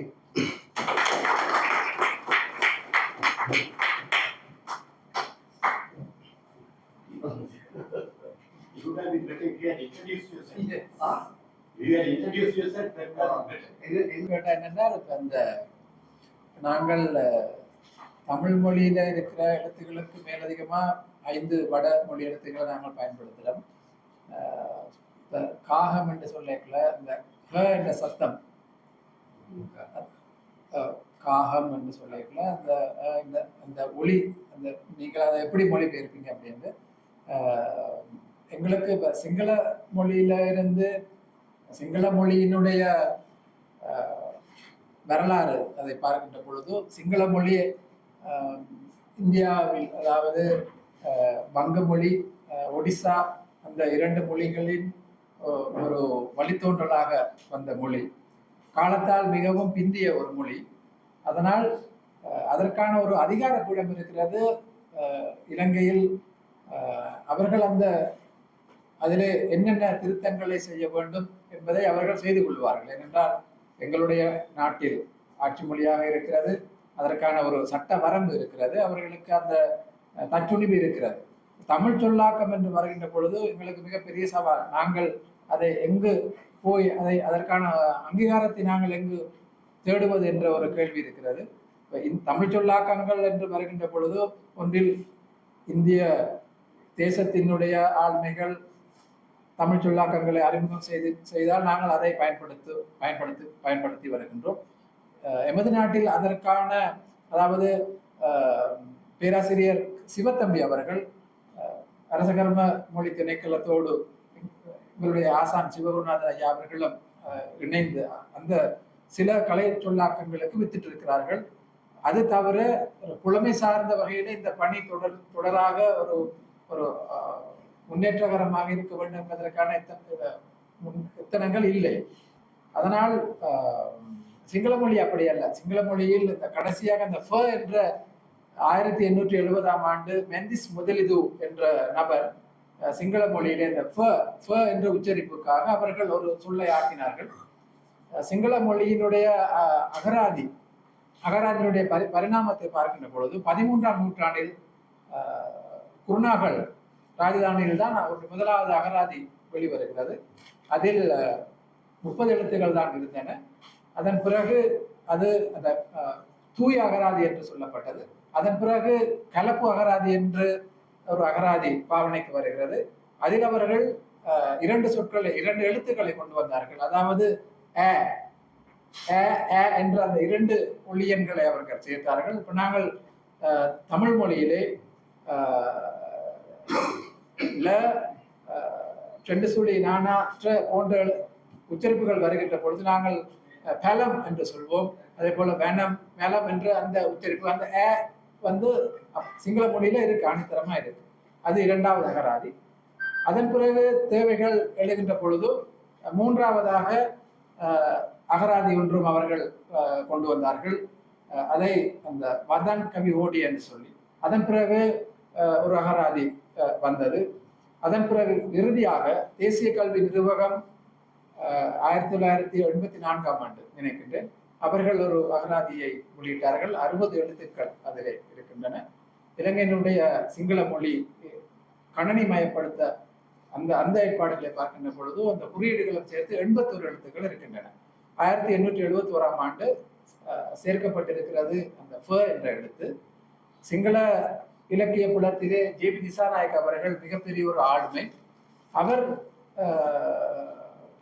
61வது எழுத்து. அவர் அந்த வேறொரு மொழியியல் சார்ந்த துறையிலே இலங்கையில மிக பெரிய ஒரு ஆளுமை. அப்படியானவர்கள் சொல்கின்ற பொழுது அந்த கல்வி உலகம் அவற்றை அங்கீகரித்து விடும் என்பது அந்த நாட்டுக்குள் மட்டும் அந்த மொழிப்பாவனை இருக்கின்ற காரணத்தினால். இப்ப எமது மொழியில் அப்படியான மாற்றங்களை செய்வது என்பது மிக கடினம். நான் ஏற்கனவே சொன்னது போல எமக்கு வகுத்து கொடுக்கப்பட்டிருக்கின்ற அரைச்சுவடியில் இருந்து அந்நியப்படுவது என்பது அது சாதாரணமான விடயமால் அதை செய்யவும் முடியாது. ஆகவே நாங்கள் தேவை கருதி வட சொற்களை நாங்கள் அதில் இருக்கின்ற 5 சொற்களை நாங்கள் பயன்படுத்துகின்றோம். மறைமலை அழிகள் சொல்லியிருக்கின்றார் தூய தமிழ் சொற்கள் கிட்டத்தட்ட 95,000 சொற்கள் இருப்பதாக அவர் சொல்லியிருக்கின்றார். ஆனால் அவருடைய நூல்களை எடுத்து பார்க்கின்ற பொழுது எந்த ஒரு வடமொழி சொல்லையும் நாங்கள் காண முடியாது. தனித்தமிழிலே அவர் எழுதியிருக்கின்றார். அது சமஸ்கிருதம் சிங்கள மொழி எடுத்துக்கொண்டா சமஸ்கிருதம் போன்ற மொழியை சிங்கள மொழியிலிருந்து கலைந்து விட்டார். தூய தமிழ் சொற்கள் எங்களுடைய தமிழ் மொழியை போன்ற அதில் உள்ள எண்ணிக்கையை விட மிக மிக குறைவான எண்ணிக்கையான சொற்கள் தான் தூய சிங்கள சொற்களாக இருக்கின்றன. ஆகவே அந்த அப்படியான ஒளியன்கள் வருகின்ற பொழுது நாங்கள் வடமொழியை தான் நாங்கள் நாடுவோம்.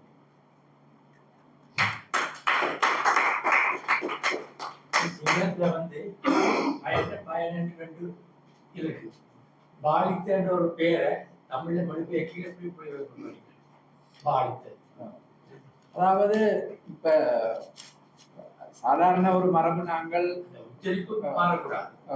ஒரு பெயரை நாங்கள் உச்சரிக்கின்ற நேரம் இப்ப அந்த எங்களுக்கு மொழி புலமை என்பது கட்டாயமாக இருக்க வேண்டும். அதாவது மொழி முதல் எழுத்துக்கள் என்று வருகின்ற பொழுது நாங்கள் அவற்றை உச்சரிக்கின்ற பொழுது தமிழ் மொழியிலே அந்த மொழிக்கு என்ன இருக்கிறதோ அதைத்தான் நாங்கள் உச்சரிப்பது உண்டு. குறிப்பாக பாப்பா என்று சொல்லுகின்ற பொழுது பாவன்னா இப்பன்னா பிறகு ஒரு பா அப்படியான அந்த மொழிக்கு உரிய மெய்யெழுத்துக்கு பிறகு வருகின்ற மொழி அந்த எழுத்து வந்து அதே நிலையில் உச்சரிக்கப்படும் என்றும், அப்படி இல்லாத சொற்கள் இப்ப அன்பு என்று சொல்லப்படுகின்ற பொழுது அது வந்து இன்னுக்கு பிறகு கூணார் வருகின்ற காலத்தில் அது அன்பு நாங்கள் அந்த சொல்கிறோம். மற்ற நேரங்களில் அப்படி இல்லை. அந்த மாதிரி இது வந்து பெயர்களோடு சம்பந்தப்பட்டது. பாலித்த என்று எழுதப்படுகிறது. ஆனால் நாங்கள் அதை தமிழில் எழுதுகின்ற பொழுது பாலித்த என்றுதான், அதாவது பாலித்த என்று நாங்கள் சொல்வதில்லை. இப்ப பாலி என்று நாங்கள் எழுதினாலும் தமிழ் பாலி என்றுதான் நாங்கள் பாலித்தனை தமிழ் பாலி என்கிற ஒன்று இல்லை. அதான் அதுதான். அதாவது இந்த குறியீடு குறியீடுகள் எதுவும் இல்லை. அதாவது மொழி முதல் எழுத்துக்களாக வருகின்ற பொழுது அந்த மொழிக்கு என்ன உச்சரிப்பு இருக்கின்றதோ அதைத்தான் நாங்கள் பாவிக்க வேண்டும்.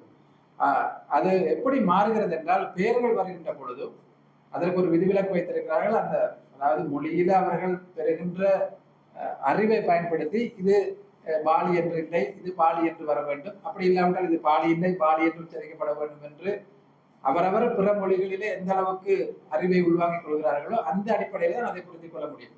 அப்படி இல்லாவிட்டால் பாலி என்றதை பாலி என்றுதான் சொல்வார்கள்.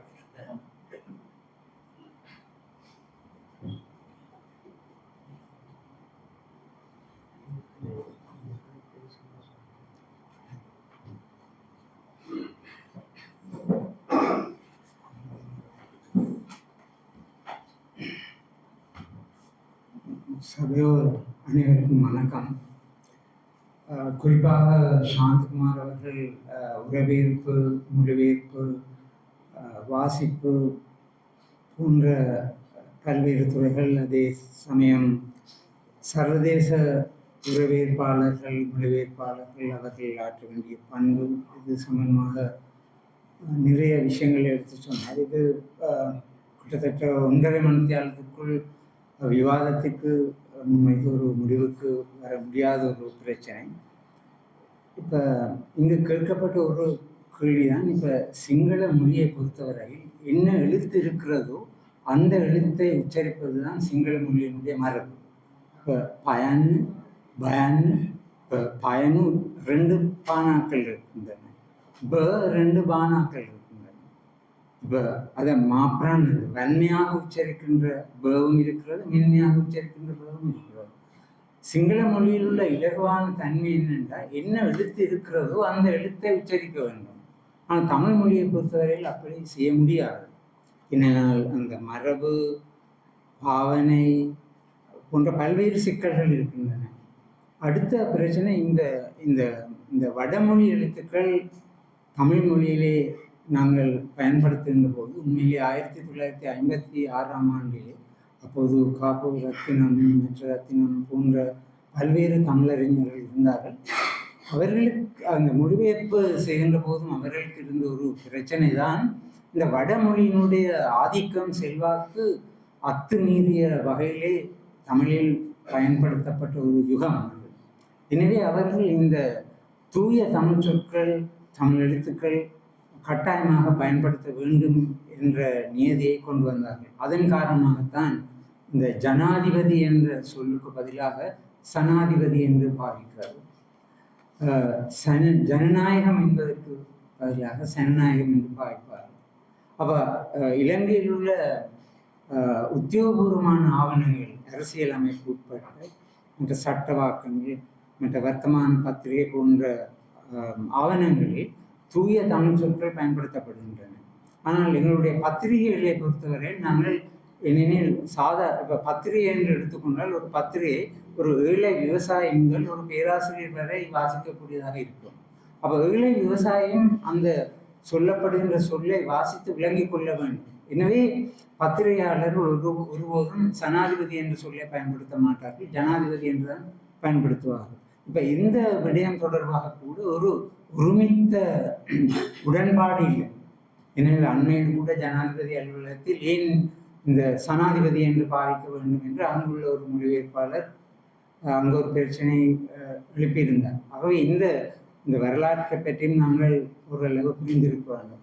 அடுத்து இந்த இலங்கையில் கிட்டத்தட்ட நாங்கள் சுதந்திரம் பெற்று 74 ஆண்டுகள் ஆகின்றன. ஆனால் இலங்கையில் ஒரு அதிகாரபூர்வமான சிங்கள தமிழ் அகராதி கிடையாது. இப்போ கிட்டத்தட்ட 1980களில் என்டி பீரிஸ் என்று ஒரு சிங்கள தமிழ் ஆசிரியர் இருந்தார். அவரும் இன்னும் பலரும் இணைந்து ஒரு அகராதி உருவாக்கினோம். அந்த அகராதி கூட அரசகர்ம மொழிகள் திணைக்களத்திற்கு அவர்கள் அதை விலைக்கு வாங்கி கொண்டார்கள். அதை தவிர விலைக்கு வாங்கி கொண்டு அதை அச்சிட்டார்கள். ஆனால் அது தவிர சிங்களம் தமிழ் கற்பதற்கு ஒரு சரியான அகராதி கிடையாது. தமிழ் சிங்களத்துக்கு கல்வி பல்கலைக்கழகத்தின் பேராசிரியர் யோகராஜாவும் இணைந்து ஒரு அகராதியை தயாரித்தார்கள். ஆனால் அந்த அகராதியிலும் கூட இலக்கியம் சார்ந்த சொற்கள் தான் அதிகமாக இருக்கின்றன ஒழிய இந்த நடைமுறை வாழ்க்கைக்கு தேவையான சொற்கள் இல்லை. ஏனெனில் ஒரு தனி மனிதனாலோ அல்லது ஒரு 2-3 பேர் சேர்ந்த குழுவினாலோ அகராதியை ஒரு அதிகாரபூர்வமானதாக உருவாக்க முடியாது. அந்த சிக்கலும் இருக்கிறது. உண்மையிலேயே ஒரு அரசு பொறுப்பேற்று செய்ய வேண்டிய வேலை, அந்த பிரச்சனை இருக்குது. அதே போல் இன்னும் இப்போ சிங்களத்திலிருந்து ஆங்கிலத்துக்கு இருக்கக்கூடிய அகராதிகளிலும் இந்த பிரச்சனை இருக்கிறது. இப்போ மல்லசேகர அகராதியை எடுத்தால் அது ஆங்கிலம் சிங்களம் என்ற வகையில் பேராசிரியர் சுச்சரித்த கம்லத் அவர்கள் தயாரித்த அகராதி இருக்கிறது. ஆங்கிலம் சிங்களம் ஓரளவு அதிகாரபூர்வமானது. ஆனால் சிங்கள சொற்களுக்கு ஆங்கில சொற்கள் என்று வருகிற போது அதற்கு உரிய அதிகாரபூர்வமான அகராதி கிடையாது இன்னும். அப்போ அந்த அவர்களுடைய ஆட்சி இருந்தாலும் அந்த சிக்கல் இருக்கிறது. இந்தியா தமிழ் பகுதியை பொறுத்தவரையில் இந்த சிக்கல் இருக்கிறது. இப்போ நாங்கள் இந்த உறவேற்பு மொழிபெயர்ப்பு என்று வருகிற போது சிலருடைய கருத்து இருக்கிறது, நாங்கள் ஆங்கிலத்தை படித்தால் எல்லோரும் ஆங்கிலத்தை படித்தால் பிரச்சனை இல்லை. ஆனால் அது சாத்தியம் இல்லாத ஒன்று. ஏனெனில் 1815ஆம் ஆண்டு முதல் 1956ஆம் ஆண்டு வரை இந்த நாட்டின் ஆட்சி மொழி ஆங்கிலமாக இருந்தது. ஆனால் இந்த நாட்டு சனத்தொகையில் 10% தான் ஆங்கில மொழியை சரளமாக கையாளக்கூடிய ஆற்றல் இருந்தது. இப்போது கிட்டத்தட்ட 15% உயர்ந்திருக்கிறது. அப்போ இந்த பிரச்சனை, இந்த சிங்களம் தமிழாகிய மொழிகளை பற்றி பார்க்கின்ற போது இந்த சிக்கலும் இருக்கிறது. ஆனால் ஆங்கிலம் தமிழை பொறுத்தவரையில் இப்போ மெட்ராஸ் ஆக்ஸ்போர்ட் யூனிவர்சிட்டி இருக்கிறது.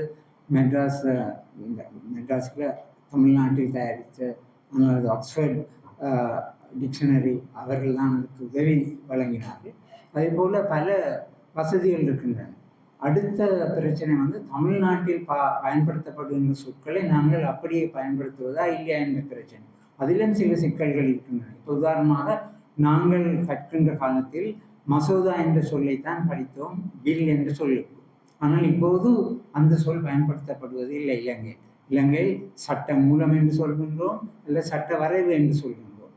அப்போ இப்படியான சில சிக்கல்களும் தமிழ் மொழியை பொறுத்தவரையில் தமிழ்நாட்டில் ஒரு பாவனை இருக்கிறது. ஆனால் அதை தவிர்க்க முடியாது. ஏனெனில் இலங்கையில் பயன்படுத்தப்படுகின்ற தமிழ் மொழிக்கு ஒரு விசேடமான சில தன்மைகள் இருக்கின்றன. அதனையும் நாங்கள் இங்கு கருத்தில் கொள்ள வேண்டும். அதோடு சாந்தகுமாரை நாங்கள் பாராட்ட வேண்டும். அவர் இந்த ஆய்வு செய்து மிக முக்கியமான கருத்துக்களை முன்வைத்தார். அது பாராட்டுக்குரியது.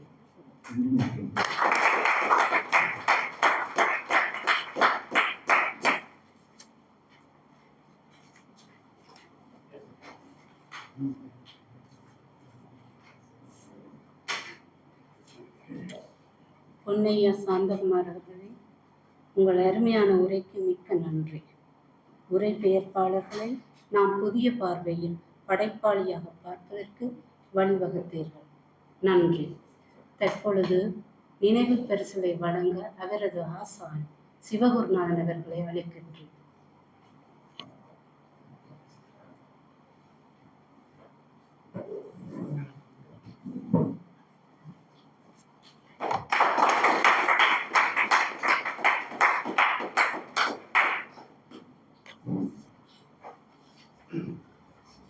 சங்க கீதத்துடன் கூட்டம் நிறைவு.